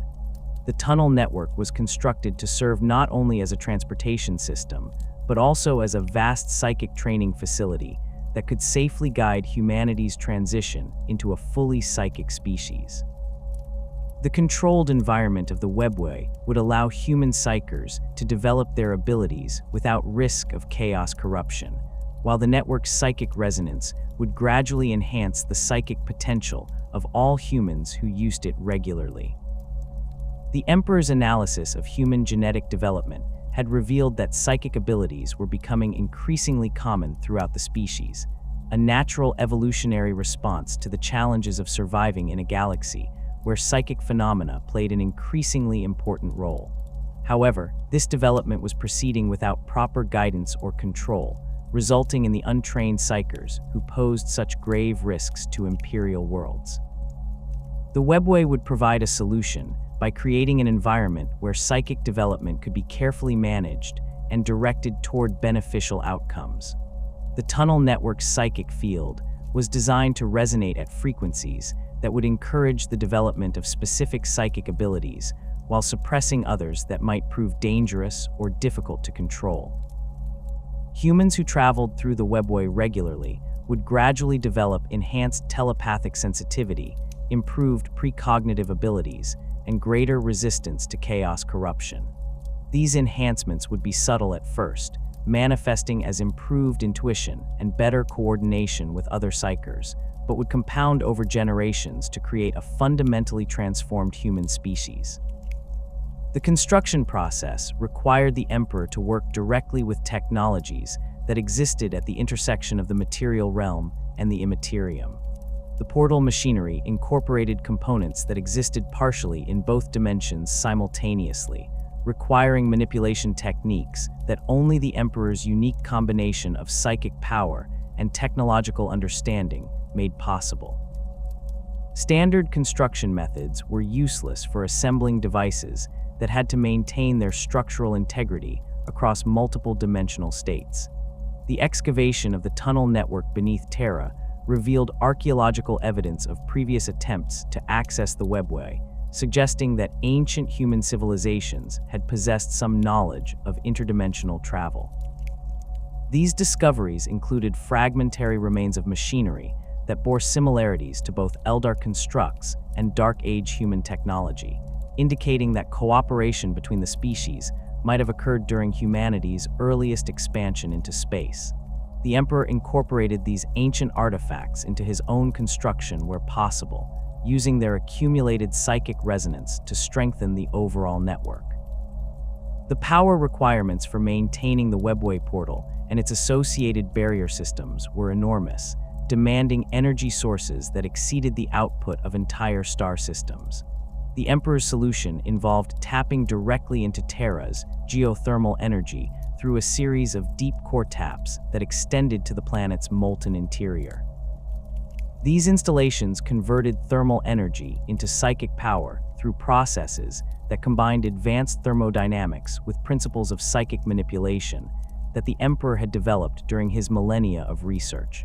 The project's secrecy was maintained through a combination of physical isolation and psychic misdirection that prevented even the Emperor's closest advisors from fully understanding its scope and purpose. The construction sites were located in areas of the Imperial Palace that were officially designated as sealed archaeological zones, while the workers involved in the project were selected from populations with natural resistance to psychic influence. Many of the most sensitive components were assembled by the Emperor personally, ensuring that no other individual possessed complete knowledge of the system's operation. The integration of Eldar technology into the human Webway required careful analysis and modification to ensure compatibility with human psychic patterns and technological standards. Eldar constructs were designed to respond to their creators' specific psychic signatures and cultural approaches to reality manipulation, making direct adoption by humans impossible without extensive adaptation. The Emperor's modifications involved creating hybrid interfaces that could translate between Eldar and human psychic frequencies while maintaining the essential functionality of the original designs. The Emperor's acquisition of Eldar artifacts and technological samples occurred through multiple channels, including battlefield salvage from compliance campaigns, trade negotiations with isolated craftworld communities, and archaeological excavation of abandoned Eldar installations. Each source provided different types of technology and varying degrees of completeness, requiring the Emperor to reconstruct missing components through analysis of partial systems and theoretical extrapolation from observed functionality. The timeline for completing the Webway project extended across decades of continuous construction and testing, with each phase of development requiring validation through small-scale trials before proceeding to full implementation.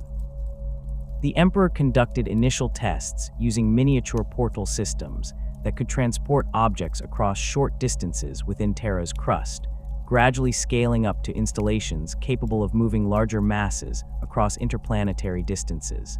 These trials revealed numerous technical challenges that required innovative solutions and extensive modifications to the original design concepts. The project's ultimate goal extended beyond creating a mere transportation network to encompass a fundamental transformation of human civilization itself. The Emperor envisioned a future where humanity could abandon their dependence on the treacherous currents of the warp entirely, conducting all interstellar travel and communication through the safe corridors of the Webway. This transformation would eliminate the Navigator House's monopoly on space travel, while removing the constant threat of chaos corruption that plagued every Imperial voyage through the Imperium. The completed Webway would serve as the foundation for a new phase of human evolution, one in which the species could safely develop their psychic potential without fear of chaos corruption. The controlled environment of the tunnel network would allow for careful experimentation with psychic enhancement techniques, while providing immediate isolation from any dangerous side effects. Generations of humans who lived and worked within the Webway would gradually develop enhanced capabilities that would spread throughout the species as they intermarried with baseline human populations. The Emperor's vision encompassed the eventual elimination of chaos as a significant threat to human survival through the systematic reduction of human dependence on warp-based technologies and practices. By providing safe alternatives to warp travel, psychic communication, and other activities that created vulnerabilities to chaos corruption, the Webway would gradually reduce the psychic emanations that fed the chaos gods while strengthening humanity's resistance to their influence. The project represented not merely a technological achievement, but a strategic weapon in the eternal war against the forces of the ruinous powers. The recovery and integration of the scattered Primarchs represented one of the most complex and personally demanding aspects of the Great Crusade for the Emperor. Each discovery required him to abandon his crucial work on the Webway project and personally travel to distant worlds where his gene sons had grown to maturity under circumstances he had never intended. The process of locating each Primarch involved a combination of psychic divination, intelligence gathering from compliant worlds, and systematic exploration of star systems, where the Astronomican's light revealed unusual psychic signatures that might indicate the presence of one of his creations. The Emperor's approach to each Primarch's integration varied significantly based on their individual personalities and the cultures that had shaped their development. Some, like Horus and Fulgrim, adapted quickly to Imperial military doctrine and the broader strategic objectives of the Great Crusade. Others, such as Angron and Conrad Kurz, required more extensive psychological conditioning to channel their violent tendencies toward appropriate targets while maintaining their effectiveness as military commanders. The independence that each Primarch displayed in interpreting the Emperor's vision reflected both their superhuman intellect and the diverse cultural influences that had shaped their development during their years of separation. Some, like Guilliman and Dorn, interpreted Imperial doctrine through systematic analysis and careful application of established principles. Others, such as Russ and the Khan, relied more heavily on intuitive understanding and cultural traditions that emphasized personal honor and warrior virtues. These different interpretations of Imperial purpose would eventually contribute to the tensions that led to the Horus Heresy, as Primarchs who had developed their own understanding of humanity's proper destiny found themselves increasingly at odds with the Emperor's specific plans and methods. The seeds of future conflict were already present in the diverse approaches that each Primarch brought to their role as instruments of the Emperor's will, though the full implications of these differences would not become apparent until the Great Crusade reached its climactic phases. The growing prevalence of Psykers within the Space Marine legions presented the Emperor with one of his most complex challenges during the Great Crusade. What had begun as isolated incidents of psychic manifestation among the legions had evolved into a systematic phenomenon that could no longer be ignored or managed through informal protocols.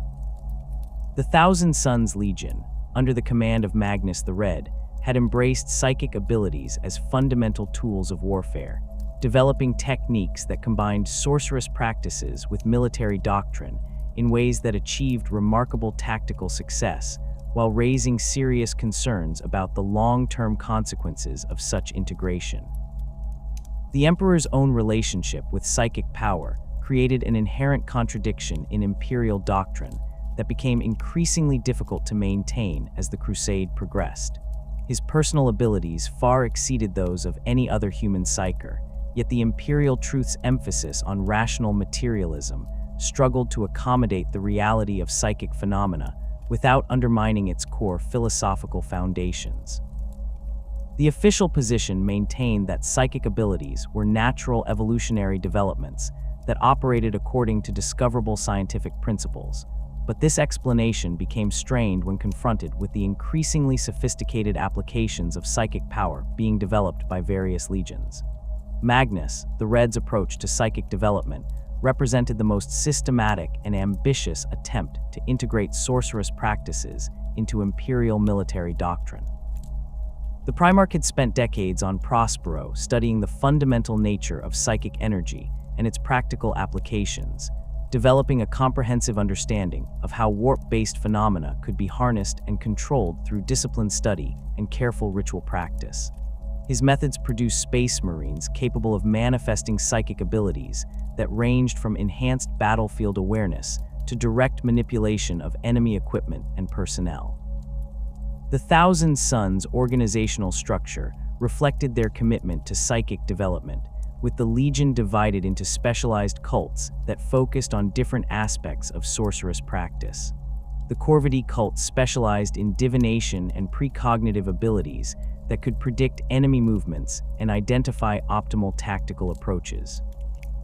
The Piri cult mastered the manipulation of thermal energy, creating warriors capable of generating devastating fire attacks or providing precise temperature control for specialized operations.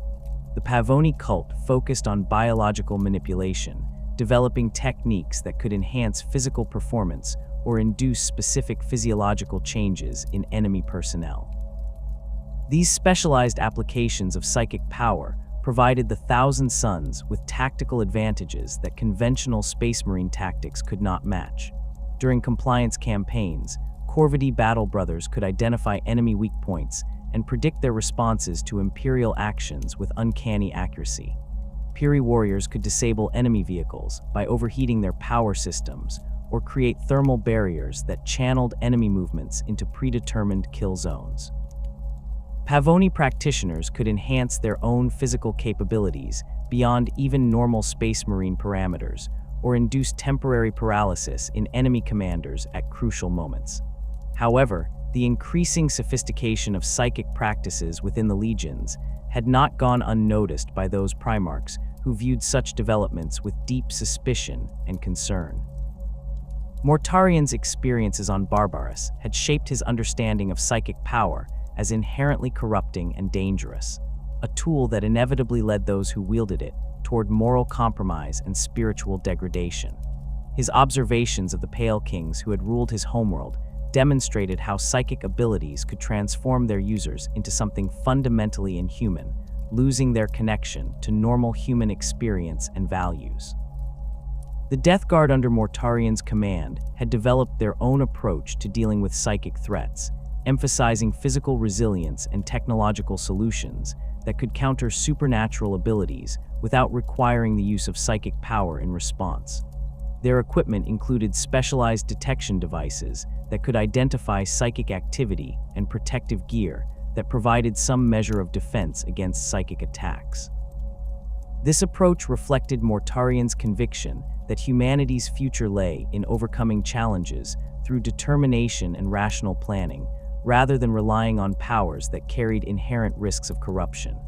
Leman Russ brought a different perspective to the debate over psychic power, one shaped by Fenris's shamanistic traditions and his own experiences with the planet's supernatural phenomena. The Space Wolves acknowledged the existence of psychic abilities and even employed them through their rune priests, but they maintained strict cultural restrictions on how such powers could be used and by whom. Fenrisian tradition distinguished between the natural psychic abilities that drew their power from the world's spiritual essence and the sorcerous practices that sought to manipulate forces beyond human understanding or control. The rune priests of the Space Wolves represented a carefully controlled approach to psychic development that emphasized connection to natural forces rather than the systematic study of warp phenomena that characterized the Thousand Sons methods. These warriors drew their abilities from what they understood to be Fenris's own spiritual power, channeling energies that felt familiar and comprehensible rather than alien and potentially corrupting. Their practices involved rituals and traditions that had been passed down through generations of Fenrisian shamans, creating a cultural framework that provided guidance and limitations for psychic development. The growing tension between these different approaches to psychic power reflected deeper philosophical disagreements about humanity's proper relationship with the warp and the forces that existed beyond the material realm. Magnus advocated for aggressive exploration and systematic development of psychic abilities, arguing that such powers represented humanity's evolutionary destiny, and that attempts to suppress or limit their development would leave the species vulnerable to Xenos threats and chaos corruption. His position emphasized that knowledge itself was neutral, and that the risks associated with psychic power could be minimized through proper education and disciplined practice. Mortarian's opposition to psychic development was rooted in his conviction that such abilities inevitably corrupted their users regardless of their initial intentions or the precautions they attempted to implement. His experiences had demonstrated that beings who relied on psychic power gradually lost their humanity, becoming increasingly detached from normal human concerns and values. The Pale Kings of Barbaros had begun as human rulers who sought to protect their people through the application of supernatural abilities, but their reliance on such powers had transformed them into parasitic entities that viewed their former subjects as resources to be exploited. The practical implications of these philosophical differences became increasingly apparent as reports of psychic incidents within various legions accumulated throughout the Crusade's middle years. Several Space Marine companies had experienced catastrophic failures of psychic discipline that resulted in massive casualties and the loss of valuable equipment and personnel. The most serious incidents involved psychers who had attempted to access deeper levels of warp energy than their training had prepared them to handle, resulting in possession by hostile entities or the manifestation of dangerous psychic phenomena that proved difficult to contain or eliminate. The Luna Wolves under Horus had experienced several such incidents during compliance campaigns where enemy psychers had attempted to corrupt Imperial forces through direct psychic assault. While the Legion's response had been effective in neutralizing immediate threats, the long-term effects on affected personnel remained unclear and potentially troubling. Some battle brothers who had been exposed to intense psychic attacks displayed behavioral changes that suggested possible ongoing influence by hostile entities, though medical examinations could detect no physical evidence of corruption or possession. The World Eaters presented a different set of concerns, as the Butcher's nails implanted in many of the Legion's warriors created neurological conditions that might interact unpredictably with psychic development. Angron's own experiences with the Archaeotech devices suggested that they could amplify aggressive tendencies while suppressing higher brain functions, potentially creating psychers whose abilities were linked to violence and rage rather than disciplined control. The implications of such combinations were deeply troubling to those who understood the connection between emotional states and warp phenomena. Reports from various expedition fleets indicated that psychic manifestations were becoming more frequent and more powerful throughout the legions, suggesting that the phenomenon represented a species-wide evolutionary development rather than isolated incidents affecting individual warriors. The rate of psychic awakening appeared to be accelerating, with new cases appearing faster than existing training programs could accommodate them. This trend raised serious questions about the Imperium's ability to manage psychic development on the scale that would be required if current patterns continued. The Emperor's own observations of these developments were informed by his millennia of experience with psychic phenomena and his understanding of the forces that shaped human evolution. He recognized that humanity was indeed undergoing a psychic awakening that would fundamentally transform the species, but he also understood that this transformation carried enormous risks that required careful management to avoid catastrophic consequences. The challenge lay in developing policies that could harness the benefits of psychic development while minimizing the dangers associated with uncontrolled exposure to warp energies. The growing debate within the legions reflected broader tensions about the direction of imperial policy and the proper balance between innovation and caution in addressing new challenges. Some Primarchs argued for aggressive expansion of psychic training programs that could prepare larger numbers of Space Marines to develop and control psychic abilities safely. Others advocated for strict limitations on psychic practice that would minimize risks, even if they also limited potential benefits. The question of regulation became increasingly urgent as reports of psychic incidents continued to accumulate, and their severity appeared to be increasing over time. The most recent cases involved phenomena that exceeded anything previously documented, including instances where individual psychers had manifested abilities that affected entire battlefields or created lasting changes to local environmental conditions. These developments suggested that the current informal approach to managing psychic development within the legions was becoming inadequate for addressing the scale and complexity of the challenges involved. The Emperor's decision to convene a formal council to address these issues reflected his recognition that the question of psychic power within the legions required systematic consideration and official policy guidance that could be implemented consistently across all Imperial forces. The informal protocols that had developed during the early years of the Crusade were no longer sufficient for managing a phenomenon that was affecting increasing numbers of Space Marines and creating tactical situations that existing doctrine had not anticipated. The selection of Nicaea as the location for this council was influenced by the planet's history as a center of learning and philosophical discourse, qualities that would be essential for addressing the complex issues surrounding psychic development and regulation.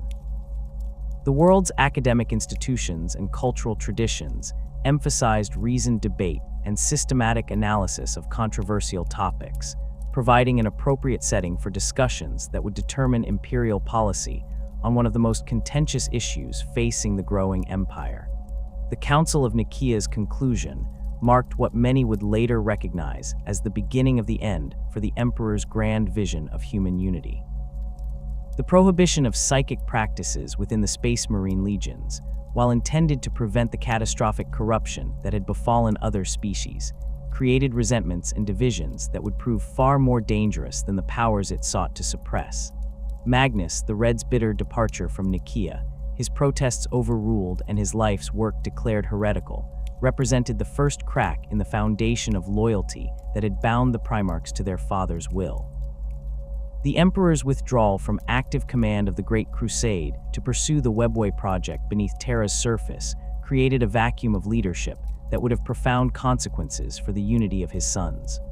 For decades, the Primarchs had grown accustomed to direct access to their father's guidance and approval, their sibling rivalries and philosophical disagreements mediated by his presence and authority.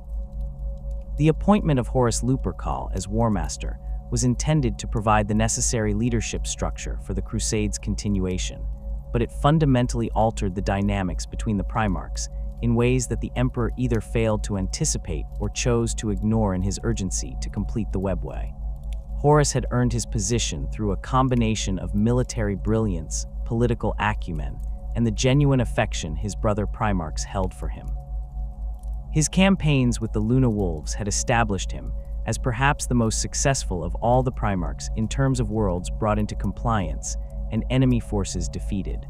More importantly, he possessed the diplomatic skills necessary to coordinate the efforts of his often fractious brothers, mediating their disputes and finding ways to channel their diverse approaches to warfare toward common objectives.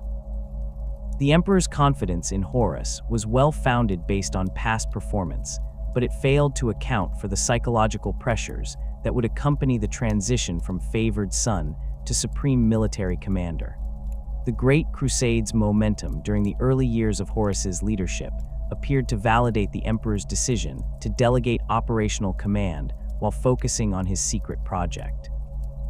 Compliance rates actually increased as the War Master implemented more efficient coordination between different expedition fleets and established standardized protocols for managing newly conquered worlds.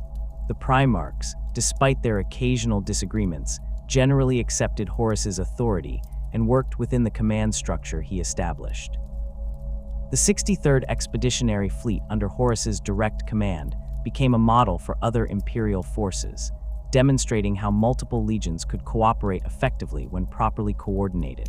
However, the seeds of future catastrophe were already present in the growing distance between the Emperor and his sons. The Primarchs had been created not merely as military commanders, but as extensions of the Emperor's own will, designed to carry forward his vision for humanity's future.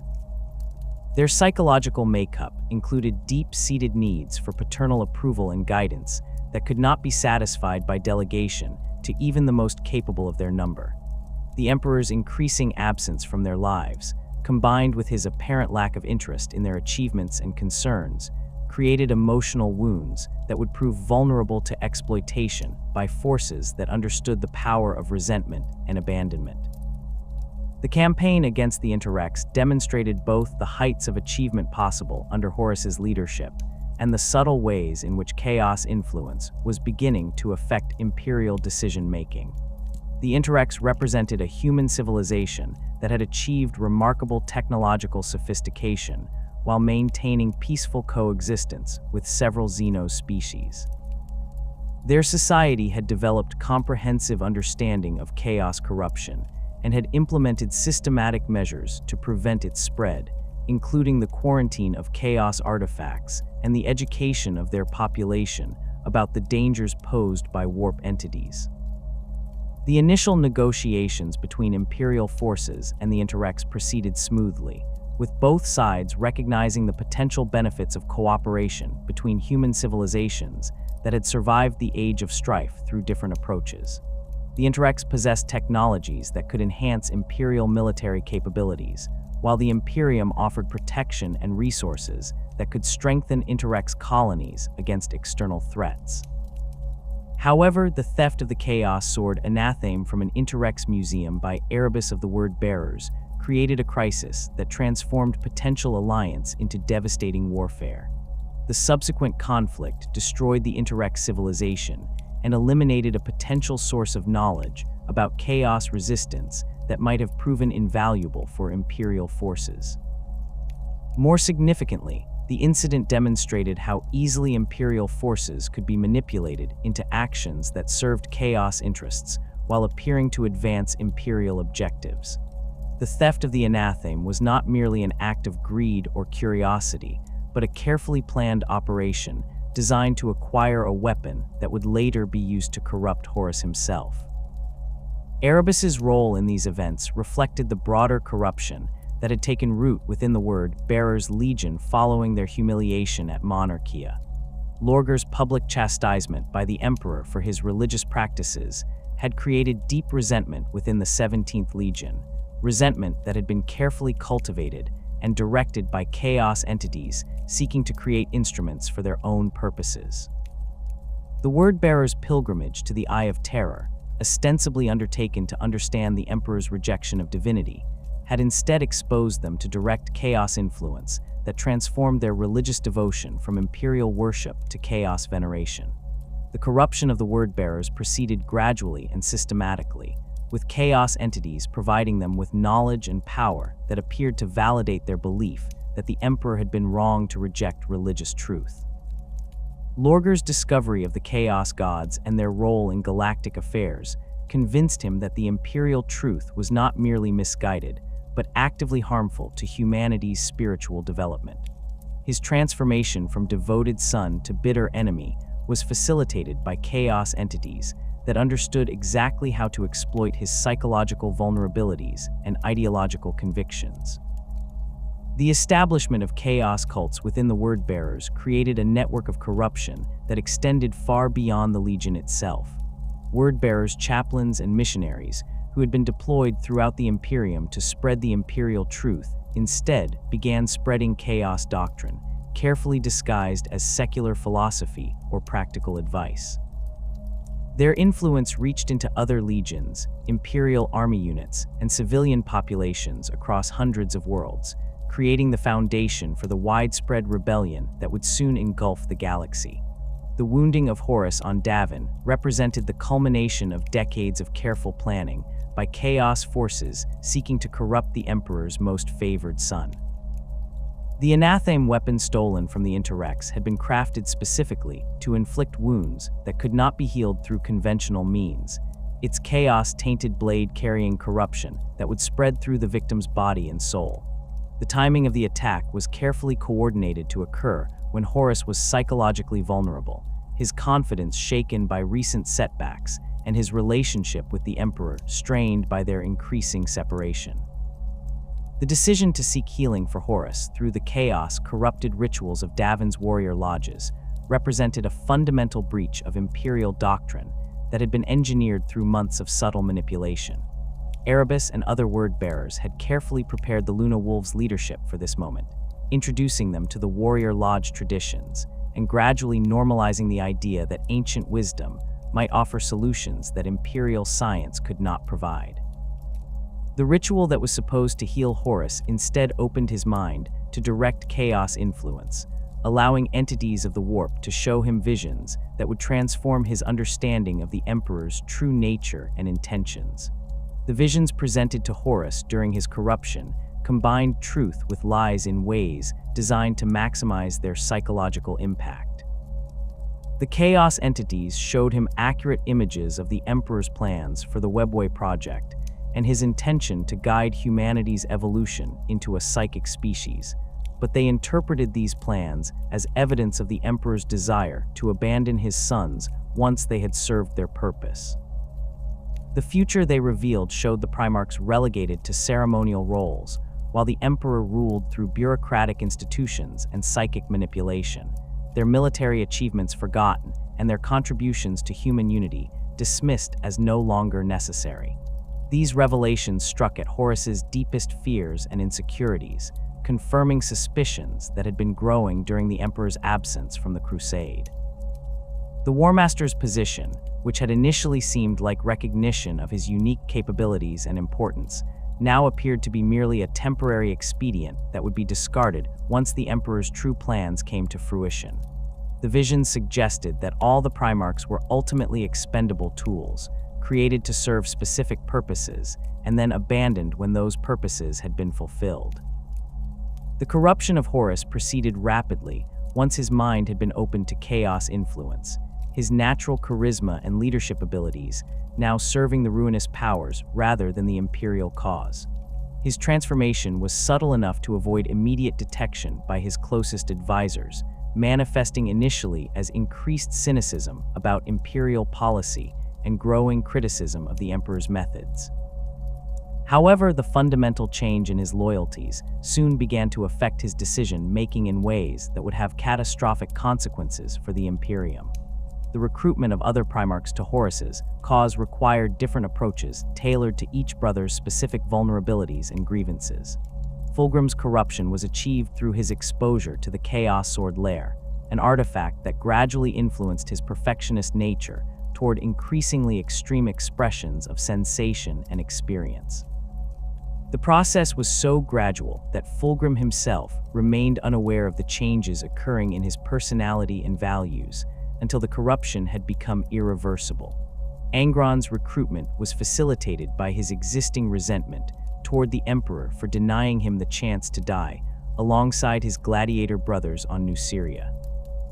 The War Master's arguments about the Emperor's callous treatment of his sons resonated with Angron's own experiences, while the promise of unlimited warfare and bloodshed appealed to the neurological damage inflicted by the Butcher's nails. The World Eater's transformation into Khorne's servants required minimal external influence, as their existing culture of violence and aggression already aligned closely with the Blood God's desires. Mortarian's corruption represented a more complex challenge, given his natural resistance to psychic influence and his deep suspicion of supernatural powers. However, his resentment toward the Emperor for intervening in his war against the Pale Kings created an emotional vulnerability that could be exploited. The promise that joining Horus would allow him to prove his worth through his own achievements rather than living in the Emperor's shadow appealed to his pride and desire for independence. The recruitment of Magnus the Red required a different approach entirely, as the Primarch remained loyal to the Emperor despite his anger over the Council of Nicaea's decisions. Horus's corruption of Magnus was achieved not through direct persuasion, but through manipulation of circumstances that would force the Thousand Sons Primarch to violate the Emperor's explicit commands. The warning that Magnus attempted to send to the Emperor about Horus's treachery was delivered through psychic means that breached the Webway's protective barriers, causing catastrophic damage to the project that the Emperor had sacrificed so much to complete. The destruction of the Webway's protective barriers represented the death of the Emperor's ultimate vision for humanity's future. The psychic breach created by Magnus's warning allowed chaos entities to pour into the tunnel network that the Emperor had spent decades constructing, forcing him to abandon his work and take direct action to prevent the complete collapse of the project. The irony that Magnus's attempt to warn his father about Horus's treachery had instead doomed the very project that was supposed to secure humanity's future was not lost on the chaos entities that had orchestrated these events. The Emperor's forced abandonment of the Webway project to deal with the chaos incursion represented a strategic defeat of unprecedented magnitude. The tunnel network that was supposed to free humanity from dependence on warp travel was now compromised beyond repair, its corridors infested with demons that would require constant vigilance to contain. The psychic lighthouse that was supposed to guide humanity's evolution into a fully psychic species had become a beacon for chaos entities seeking entry into the material realm. The psychological impact of this disaster on the Emperor was profound, though he revealed little of his feelings to those around him. The project that had consumed decades of his attention and represented the culmination of millennia of planning had been destroyed not by external enemies, but by the actions of his own son attempting to serve his interests. The bitter irony of Magnus's loyalty causing more damage than Horus's treachery would have long-lasting effects on the Emperor's approach to managing the crisis that was about to engulf the Imperium. The revelation of Horus's treachery through Magnus's warning came too late to prevent the rebellion from spreading throughout the legions and Imperial army units that had been corrupted through years of careful preparation.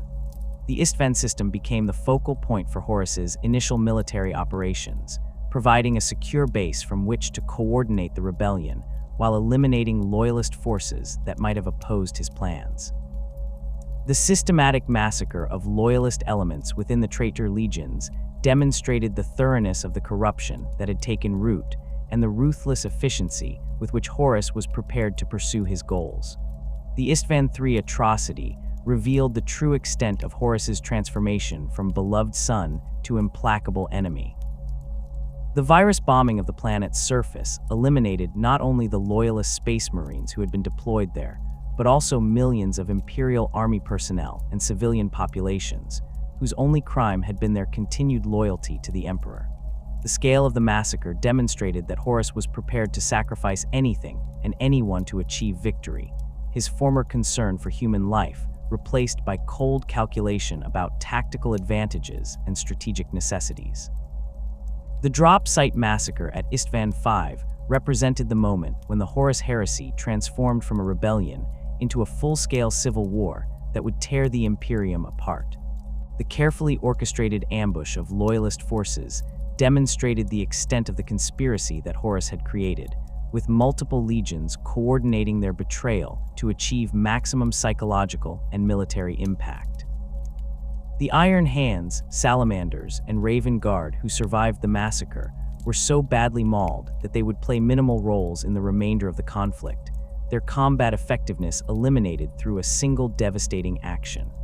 The strategic implications of the drop site massacre extended far beyond the immediate military losses to encompass the complete breakdown of trust between different Imperial institutions. The revelation that entire Space Marine legions had turned traitor created paranoia and suspicion throughout Imperial forces, making coordination between different units extremely difficult. The loyalty of individual commanders became suspect, while communication networks that had previously facilitated cooperation now became potential sources of disinformation and sabotage. The division of the Space Marine legions into loyalist and traitor factions created a military balance that would prolong the conflict for years, while maximizing the destruction inflicted on both sides. Horus's forces possessed significant advantages in terms of preparation and coordination, having spent years positioning themselves for rebellion, while their opponents remained unaware of the threat. However, the Loyalist legions retained control of key strategic positions and manufacturing centers that would prove crucial for sustaining prolonged warfare.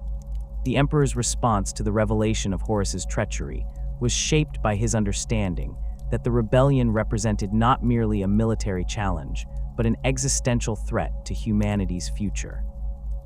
The corruption of his most trusted son and the destruction of the Webway project had eliminated the carefully planned path toward human transcendence, forcing him to confront the possibility that his entire vision for the species might be doomed to failure.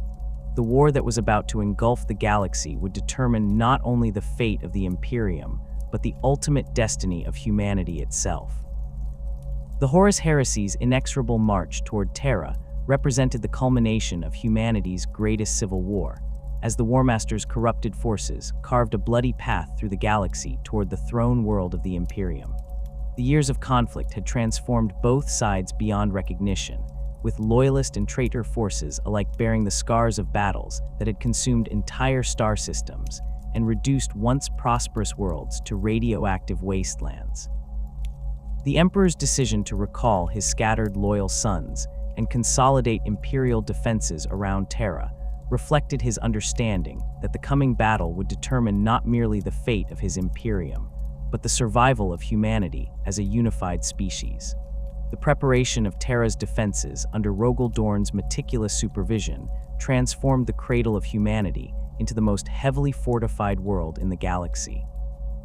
The Imperial Fists Primarch approached the task with characteristic methodical precision, analyzing every possible avenue of attack and constructing overlapping defensive systems that could channel enemy forces into predetermined kill zones. The palace walls were reinforced with adamantium plating and equipped with void shield generators powerful enough to deflect orbital bombardment.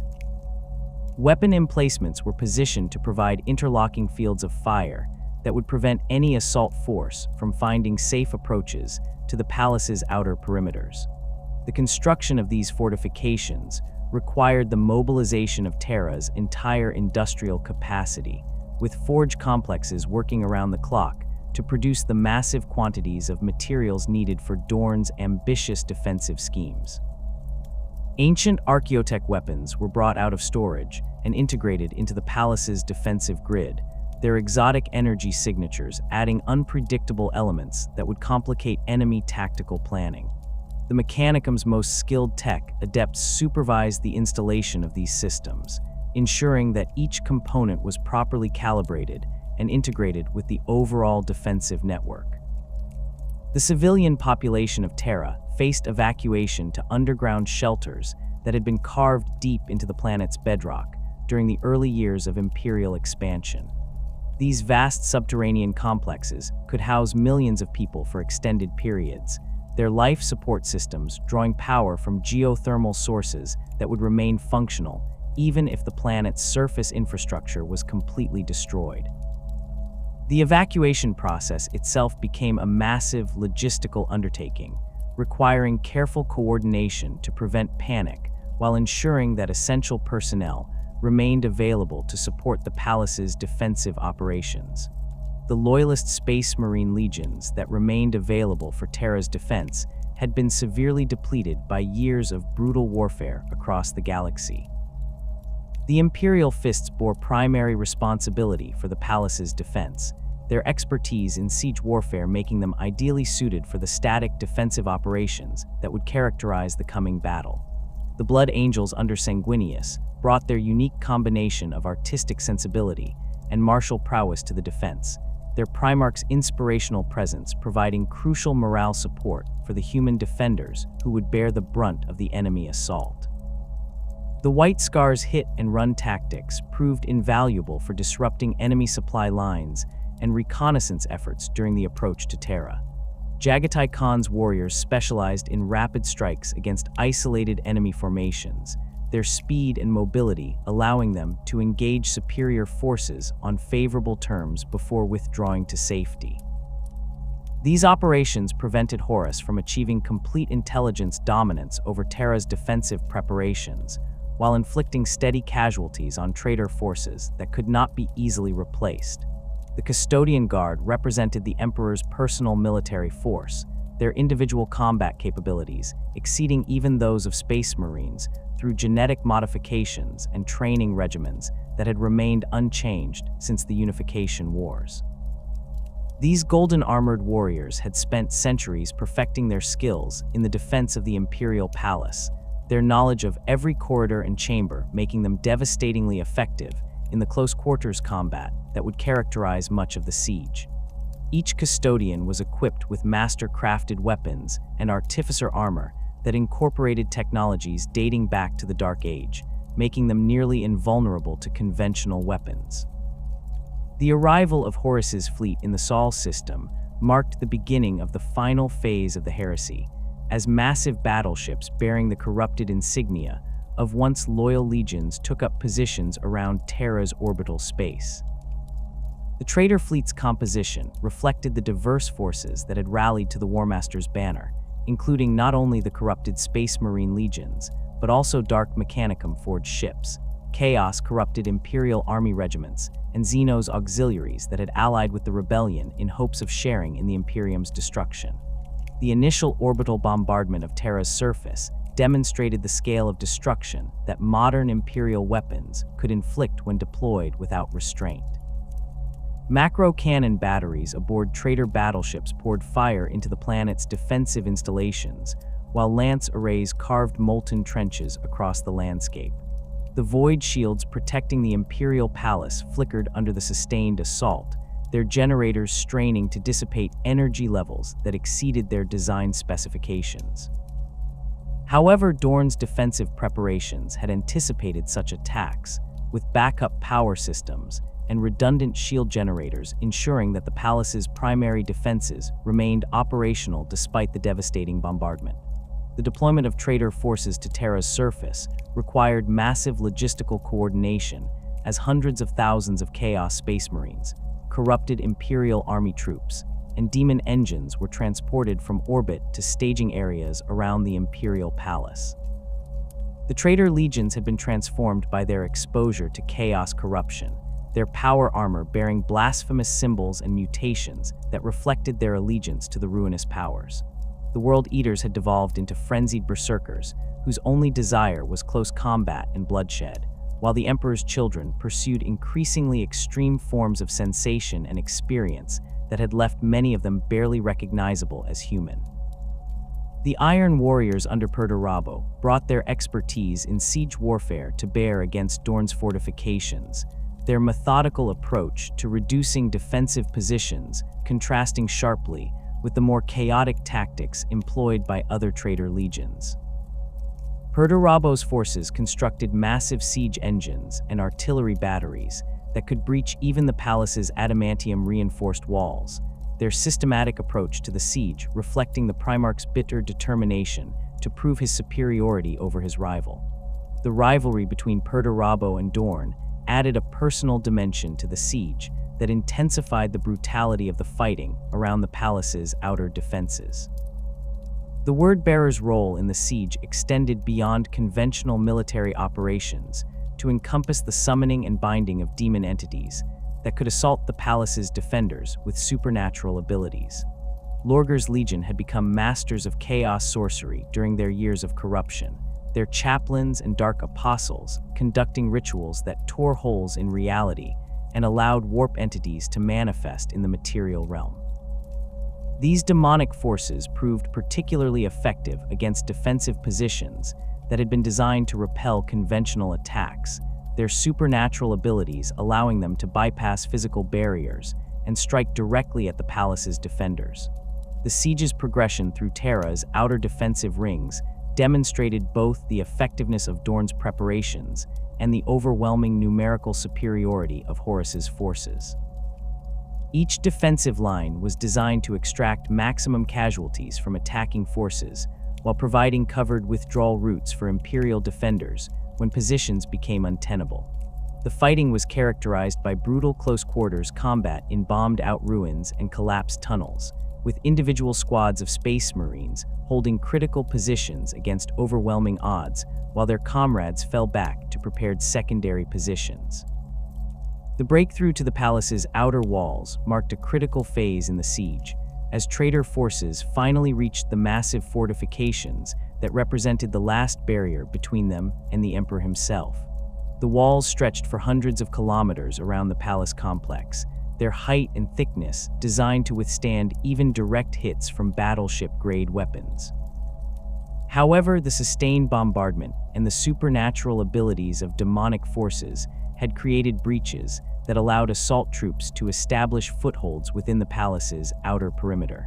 The fighting within the palace itself took on an increasingly desperate character as loyalist forces were compressed into an ever-shrinking defensive perimeter.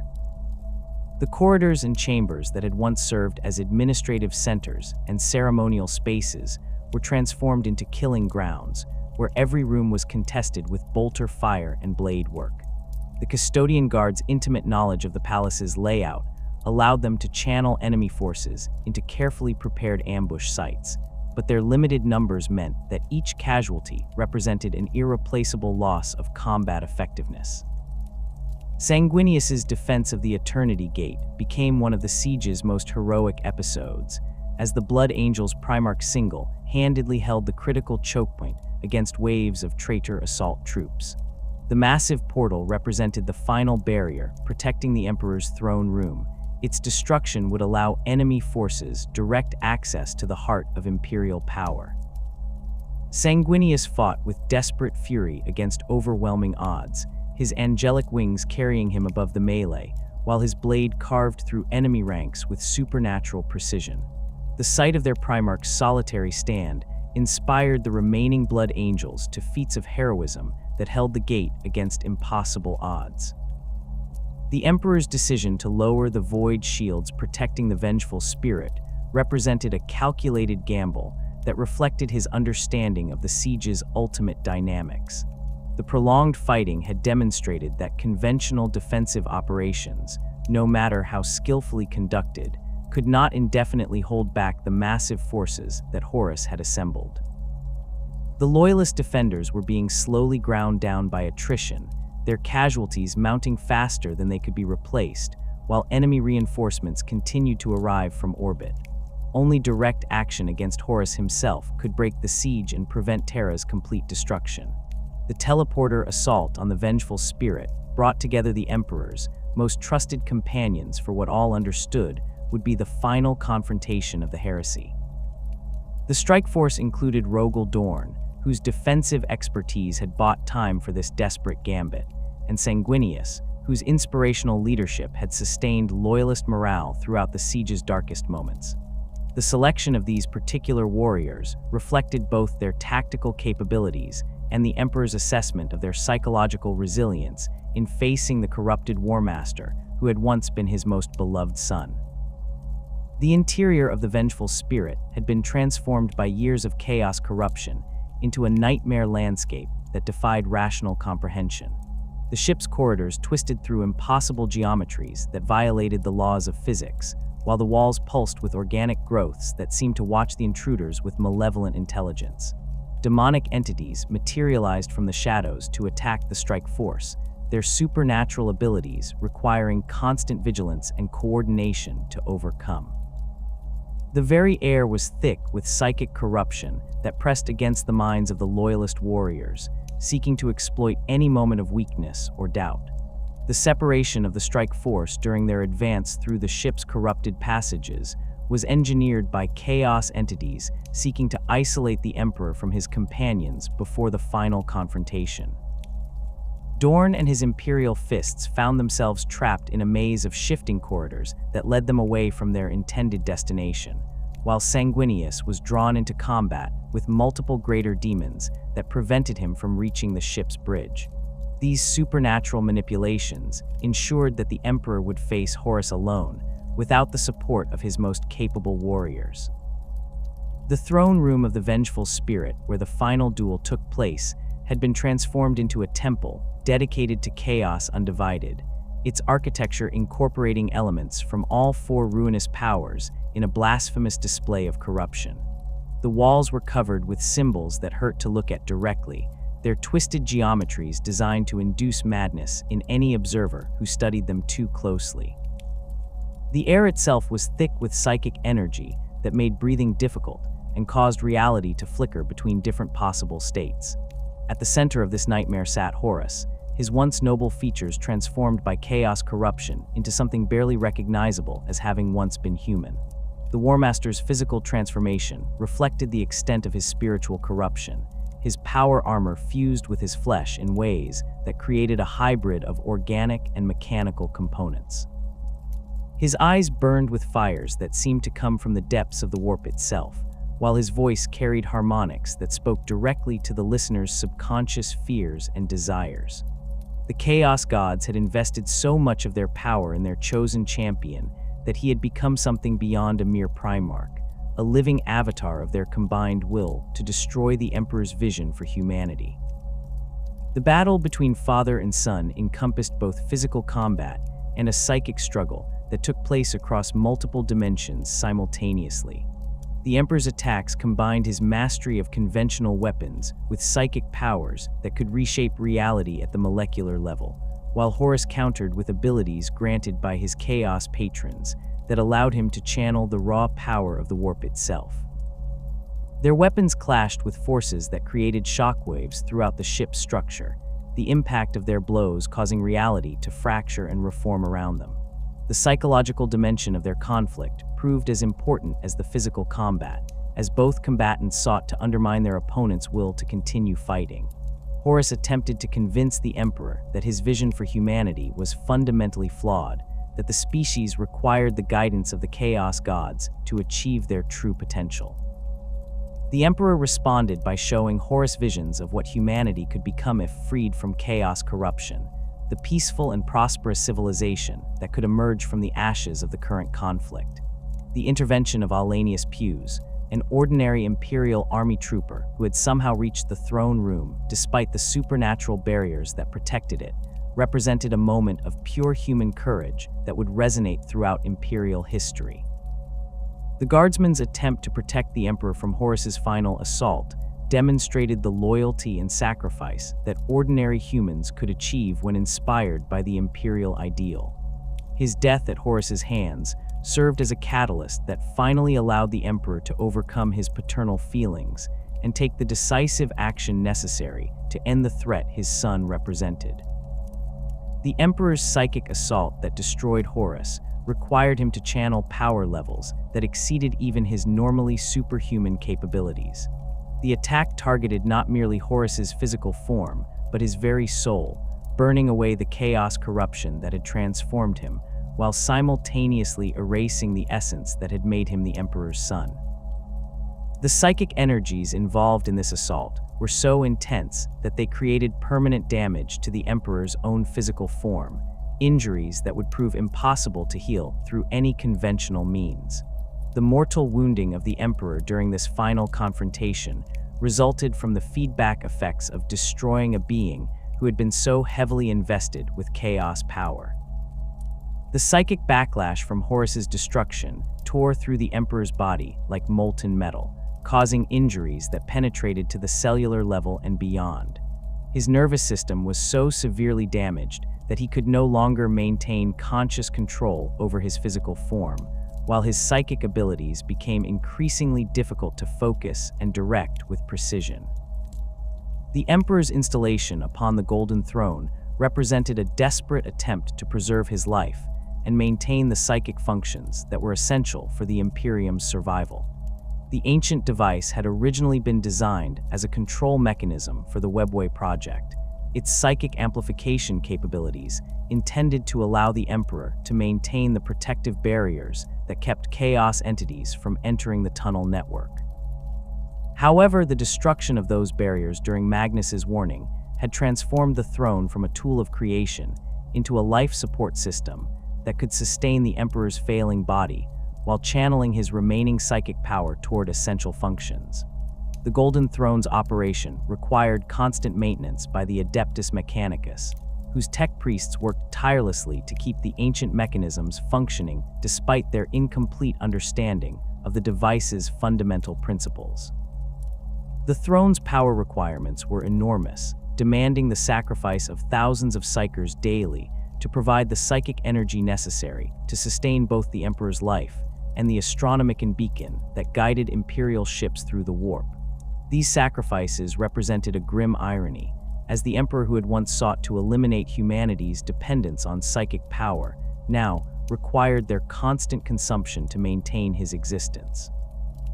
The transformation of the Emperor from active ruler to passive beacon fundamentally altered the nature of imperial governance and the relationship between the throne and its subjects. The vibrant, charismatic leader who had personally guided the Great Crusade and shaped imperial policy through direct intervention was replaced by a silent figure whose will could only be interpreted through the pronouncements of the Adeptus Terra and other imperial institutions.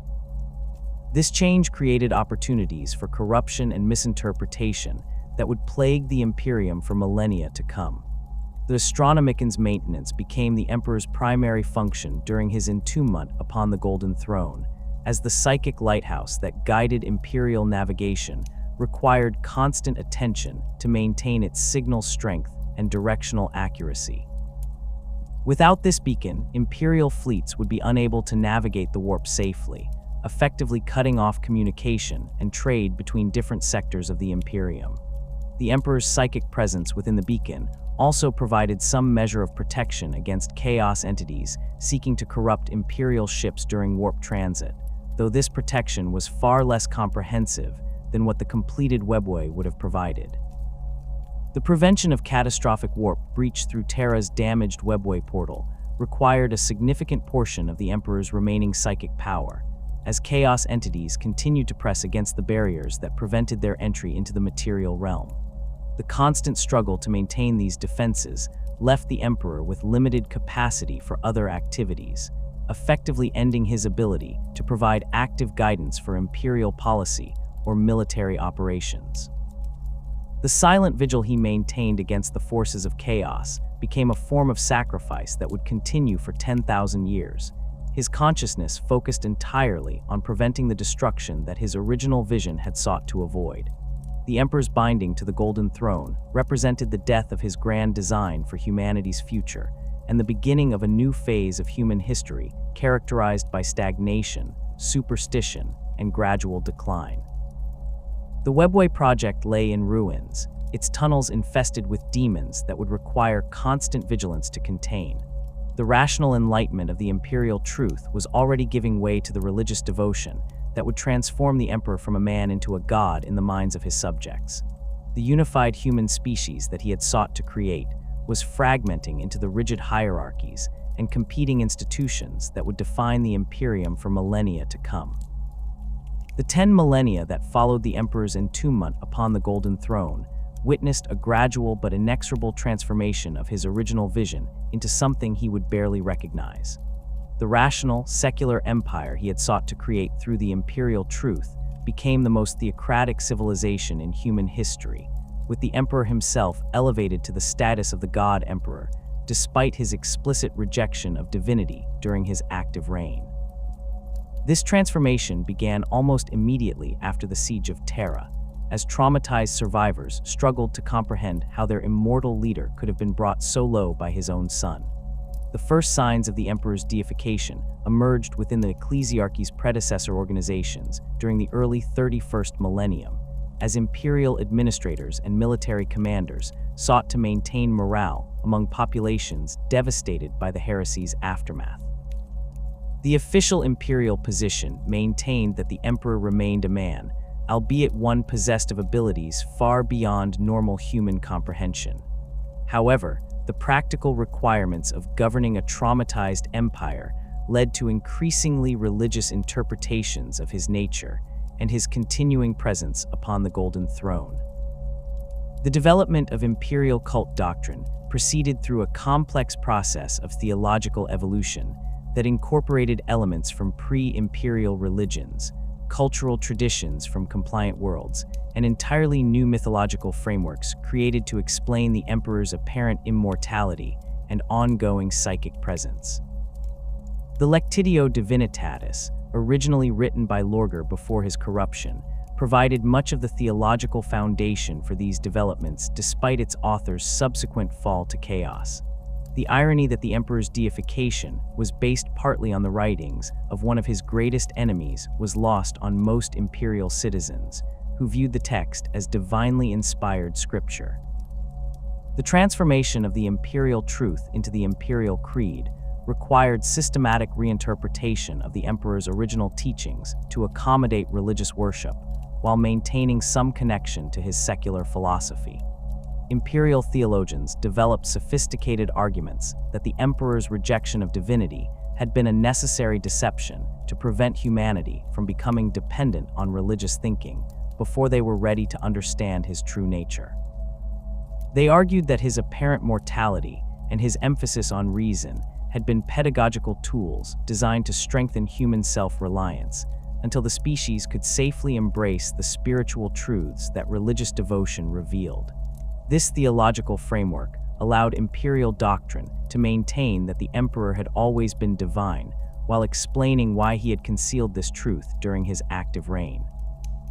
The imperial cult taught that the Emperor's sacrifice upon the Golden Throne had been a voluntary act of divine love, undertaken to protect humanity from the forces of chaos through his eternal vigilance.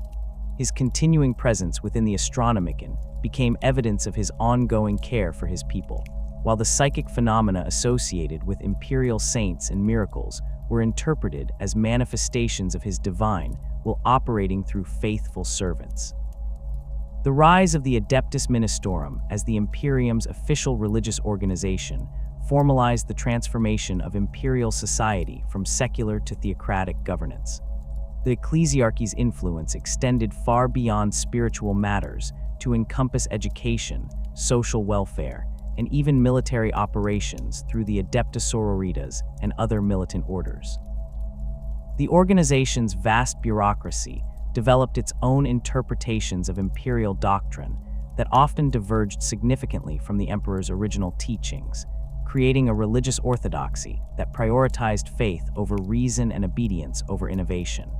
The ecclesiarchy's control over imperial education systems ensured that subsequent generations of imperial citizens would be raised with religious rather than secular worldviews. The scientific rationalism that the Emperor had promoted was gradually replaced by faith-based explanations for natural phenomena, with imperial doctrine teaching that the Emperor's divine will govern everything from weather patterns to technological function. This transformation had profound implications for imperial technological development, as the pursuit of knowledge became subordinated to religious orthodoxy and the preservation of existing doctrine. The corruption of the Emperor's vision extended beyond religious transformation to encompass the very structure of imperial society and governance. The unified human species he had sought to create fragmented into rigid hierarchical castes that prevented social mobility and innovation. The Adeptus Terra developed into a vast bureaucratic machine that prioritized administrative procedure over effective governance, while the various Adepta became competing power centers that pursued their own institutional interests rather than serving the broader imperial mission. The Space Marine chapters that emerged from the Second Founding represented a fundamental departure from the Emperor's original conception of the legions as instruments of unification and exploration. The smaller chapter structure was designed to prevent the kind of large-scale rebellion that had characterized the Horus Heresy, but it also eliminated the legion's capacity for major strategic operations and reduced their effectiveness as tools of imperial expansion. Many chapters developed their own cultural traditions and interpretations of imperial doctrine that diverged significantly from the Emperor's original vision, creating warrior monks whose primary loyalty was to their chapter rather than to humanity as a whole. The Codex Astartes, while successful in preventing another heresy-scale rebellion, also institutionalized the fragmentation of imperial military power and reduced the Space Marine's strategic flexibility. The rigid adherence to prescribed tactical doctrines and organizational structures prevented adaptation to new threats and circumstances, creating military forces that were often less effective than the original legions had been. The reverence accorded to the Codex as holy scripture rather than practical guidance further reduced its effectiveness by discouraging innovation and tactical experimentation. The development of the Imperial Guard as the Imperium's primary military force reflected the transformation of imperial society from a dynamic, expansionist civilization into a defensive, conservative empire focused primarily on maintaining existing territories rather than expanding human dominion. The Guard's organizational structure emphasized quantity over quality, producing vast numbers of moderately trained soldiers rather than the elite forces that had characterized the Great Crusade. This approach was necessitated by the Imperium's vast territorial extent and the constant threats it faced, but it also represented a significant reduction in military effectiveness compared to the combined Space Marine legions and Imperial army of the Crusade era. The Adeptus Mechanicus evolved from the Emperor's allies into an increasingly independent organization whose interpretation of imperial doctrine differed markedly from mainstream imperial theology. The tech priests' worship of the Omnissiah became increasingly focused on the preservation of existing knowledge rather than the development of new technologies, creating a technological stagnation that would have horrified the Emperor. Their ritual-based approach to technology maintenance and their suspicion of innovation represented a complete reversal of the scientific rationalism that had characterized imperial policy during the Great Crusade.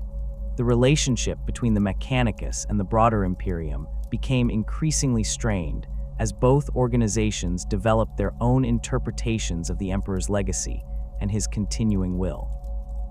The tech priests maintained that their worship of the Omnissiah represented the true understanding of the Emperor's divine nature, while the ecclesiarchy insisted that their theological framework provided the only legitimate interpretation of imperial doctrine. These competing claims to religious authority created ongoing tensions that weakened imperial unity and effectiveness. The Inquisition's development as an organization dedicated to identifying and eliminating threats to imperial orthodoxy represented both a necessary response to the ongoing chaos threat and a significant departure from the Emperor's original vision of human society. The Inquisitor's broad authority to investigate and judge imperial citizens created a climate of fear and suspicion that stifled innovation and independent thinking. Their role in enforcing religious orthodoxy made them instruments of the very superstition and dogmatism that the Emperor had sought to eliminate through the imperial truth.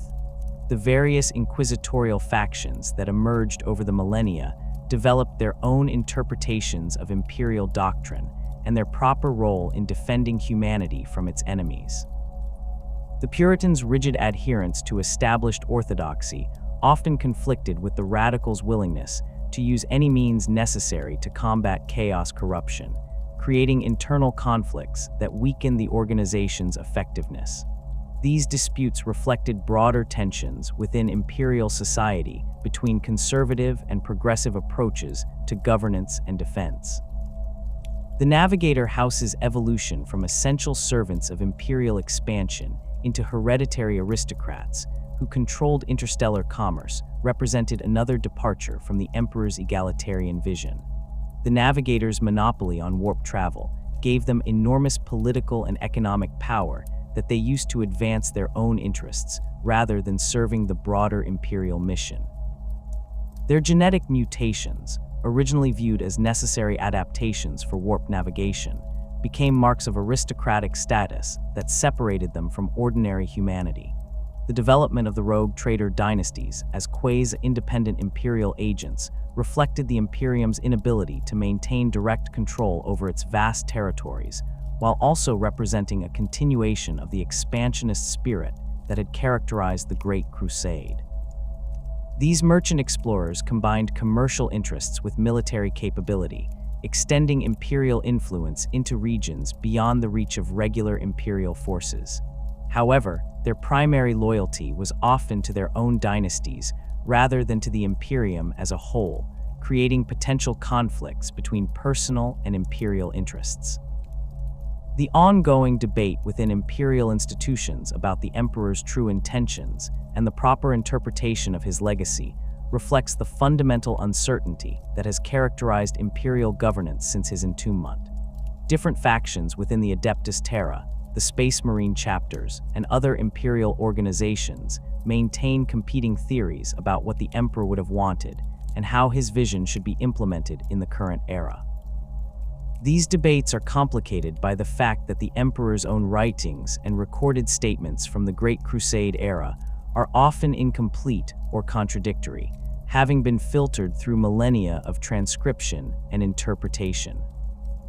Some imperial scholars argue that the emperor's transformation into a divine figure represents the natural evolution of his original plan, suggesting that his rejection of divinity during the Great Crusade was a temporary measure designed to prevent premature religious development. They point to his psychic powers and apparent immortality as evidence that he was always more than human, and they interpret his current state as a voluntary sacrifice that demonstrates his divine love for humanity. This interpretation supports the current theocratic structure of imperial society and the ecclesiarchy's dominant role in governance. Other imperial thinkers maintain that the current Imperium represents a complete betrayal of the emperor's original vision, arguing that his secular, rationalist philosophy has been corrupted beyond recognition by the very religious thinking he sought to eliminate. They contend that the emperor's deification and the development of the imperial cult represent humanity's regression to the superstitious thinking that made them vulnerable to chaos corruption in the first place. This perspective suggests that true loyalty to the emperor would require dismantling the current religious orthodoxy and returning to the scientific rationalism of the imperial truth. The practical impossibility of determining the emperor's current will or obtaining his guidance on contemporary issues has created a situation where different imperial factions can claim his authority for contradictory policies and actions. The High Lords of Terra invoke his name to justify administrative decisions, while Space Marine chapter masters claim to follow his tactical doctrines in their military operations. The Inquisition cites his authority for their investigations and purges, while the ecclesiarchy uses his supposed divine nature to support their theological pronouncements. The question of whether the emperor's original vision can be reclaimed or fulfilled has become increasingly academic as the Imperium faces existential threats that require immediate responses rather than philosophical contemplation. The opening of the Great Rift has divided the galaxy and created new challenges that the current imperial structure is barely capable of addressing. The return of Robute Guilliman as Lord Commander has introduced new perspectives on imperial governance, but even his authority as a Primarch cannot definitively resolve questions about the Emperor's true intentions. The Imperium of the 41st millennium stands as both a testament to the Emperor's achievements and a monument to the failure of his ultimate vision. Humanity has survived for 10,000 years in a hostile galaxy, maintaining a degree of unity and purpose that has allowed them to resist threats that have destroyed other species. The Astronomicon continues to guide Imperial ships through the warp, while the Emperor's psychic presence provides some protection against chaos corruption. The Space Marine chapters, despite their limitations, remain humanity's most effective warriors, while the Imperial Guard's vast armies defend countless worlds from Xenos invasion and heretical rebellion. Yet this survival has come at enormous cost in terms of human potential and achievement. The dynamic, expansionist civilization that conquered the galaxy during the Great Crusade has been replaced by a stagnant, defensive empire that struggles to maintain its existing territories. Technological innovation has largely ceased, replaced by ritual maintenance of existing systems whose principles are no longer understood. Scientific inquiry has been subordinated to religious orthodoxy, while independent thinking is discouraged or actively suppressed as potentially heretical. The transformation of the emperor from a man who rejected divinity into the god-emperor of a theocratic empire represents perhaps the greatest irony in human history.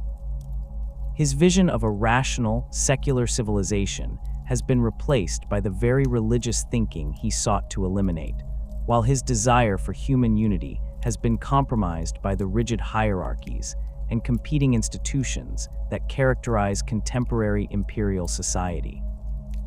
The Webway project that was meant to free humanity from dependence on the warp has been replaced by continued reliance on dangerous warp travel, while the psychic evolution he sought to guide has proceeded without proper oversight or control. Whether this transformation represents a necessary adaptation to the realities of governing a galaxy-spanning empire or a fundamental betrayal of the Emperor's vision remains a subject of ongoing debate within imperial institutions. The practical requirements of maintaining order among trillions of human beings across hundreds of thousands of worlds may have made some form of religious unity inevitable, while the constant threat of chaos corruption might have necessitated the kind of rigid orthodoxy that characterizes the imperial cult. Alternatively, the current state of the Imperium might represent a series of historical accidents and poor decisions that could theoretically be reversed through proper leadership and institutional reform. The Emperor's continuing presence upon the Golden Throne ensures that these questions will remain relevant for as long as humanity survives in its current form. His silent vigil against the forces of chaos maintains the conditions that make imperial civilization possible, while his psychic influence continues to shape human development in ways that are not fully understood. The possibility that he might someday communicate his will directly to his subjects, or even return to active leadership, provides hope for those who believe that his original vision might yet be fulfilled. Until that time, the Imperium will continue to exist as both the greatest achievement of human civilization and the most profound disappointment of the master of mankind's grand design for his species' future.